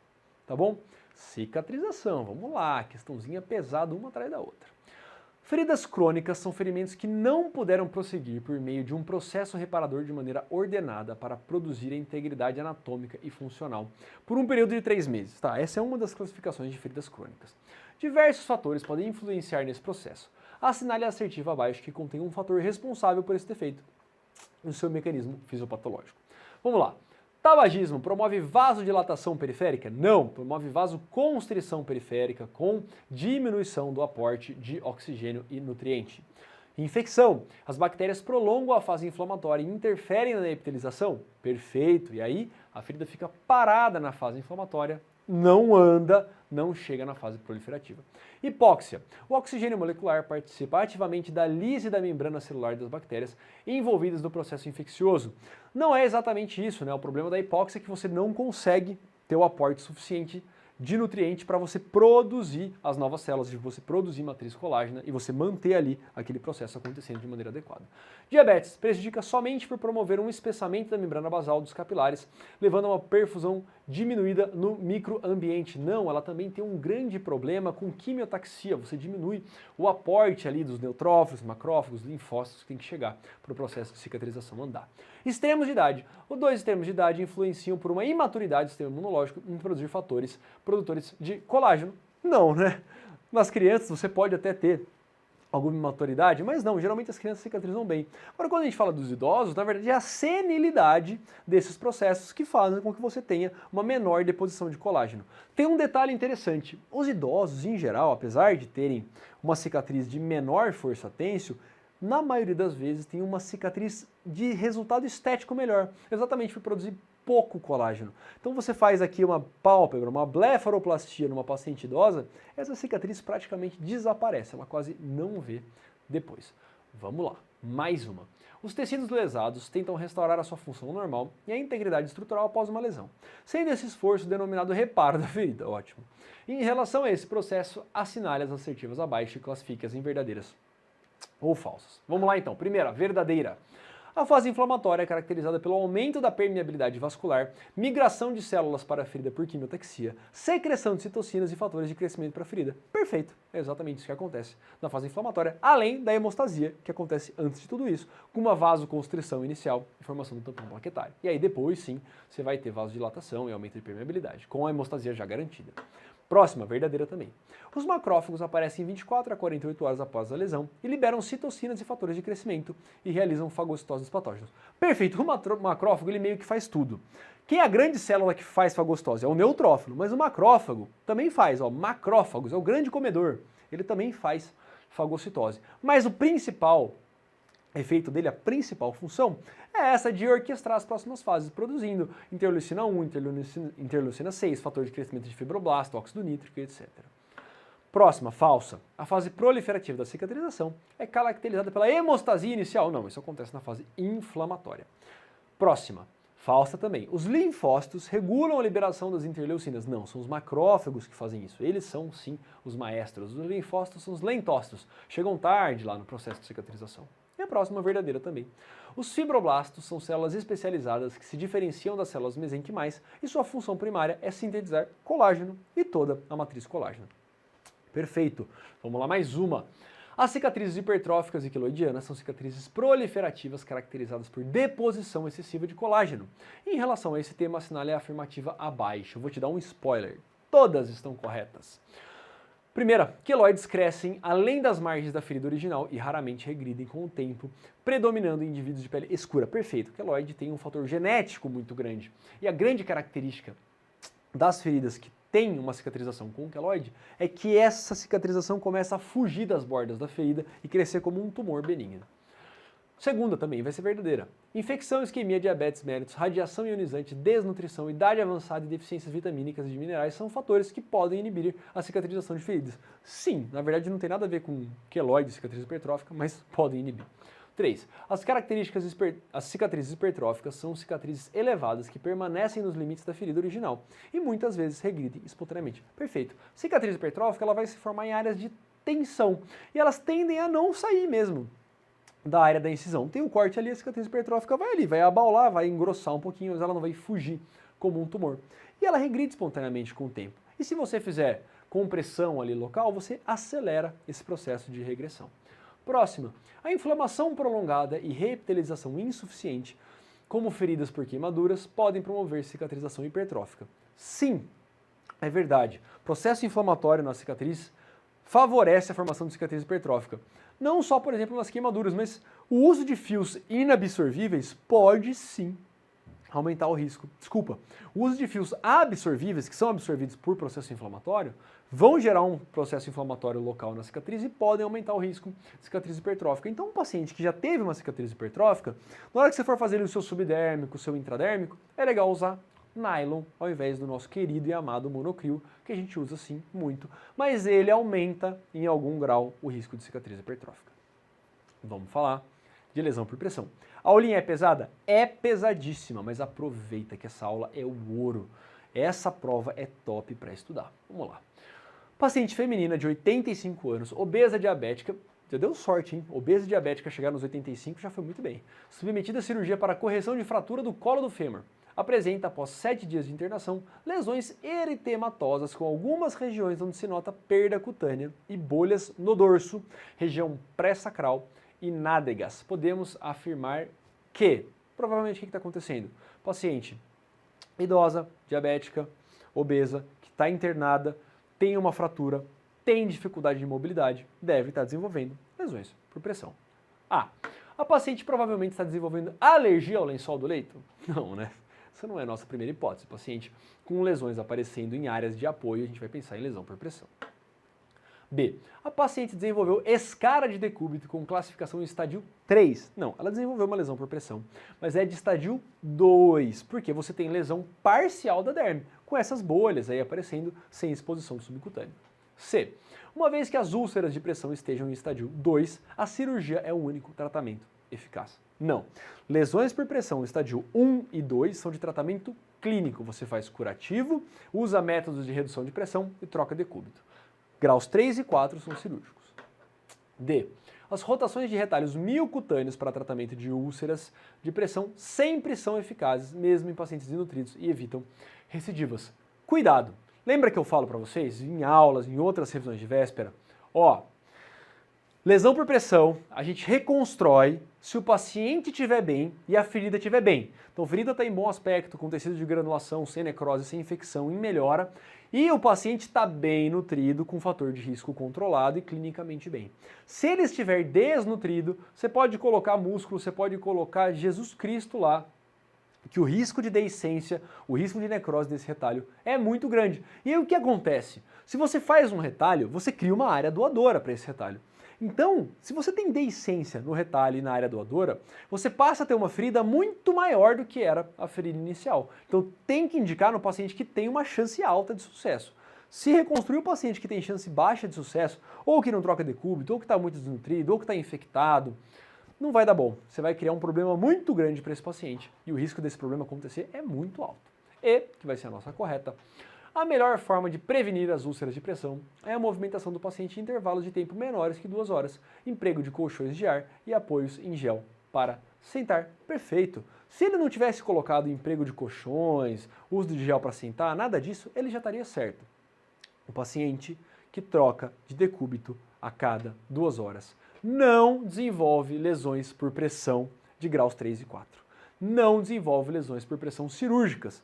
As lesões por pressão cirúrgica são aquelas que aumentam muito a morbidade, tempo de internação, custo de internação. Então, são as que a gente tem que prevenir. Você vai pegar esse paciente, vai trocar ele de decúbito de 2 em 2 horas e ele não vai desenvolver lesões por pressão cirúrgicas. Combinado? Chega, né? Tá bom. O que eu espero para essa prova? Você não tem nenhuma surpresa. Você vai chegar lá e vai se deparar com essa bucha desse tamanho. Questões imensas, questões super difíceis, com muito conceito. Você vai sair da prova parecendo que foi atropelado por um caminhão. Mas eu não acho que vai aparecer nenhum tema bizarro. Ah, hemangioma, fenda labiopalatina, não acho que vai aparecer isso. Imagino que ele vai continuar perguntando temas clássicos de queimadura, de cicatrização, de retalho, de enxerto, de lesão por pressão, mas com questões assim difíceis. Se você puder voltar nessa prova e estudar ela com calma, faça isso, encontre dúvidas e me manda que a gente discute e aprende junto. Qualquer coisa me dá um toque. Sobrevivemos.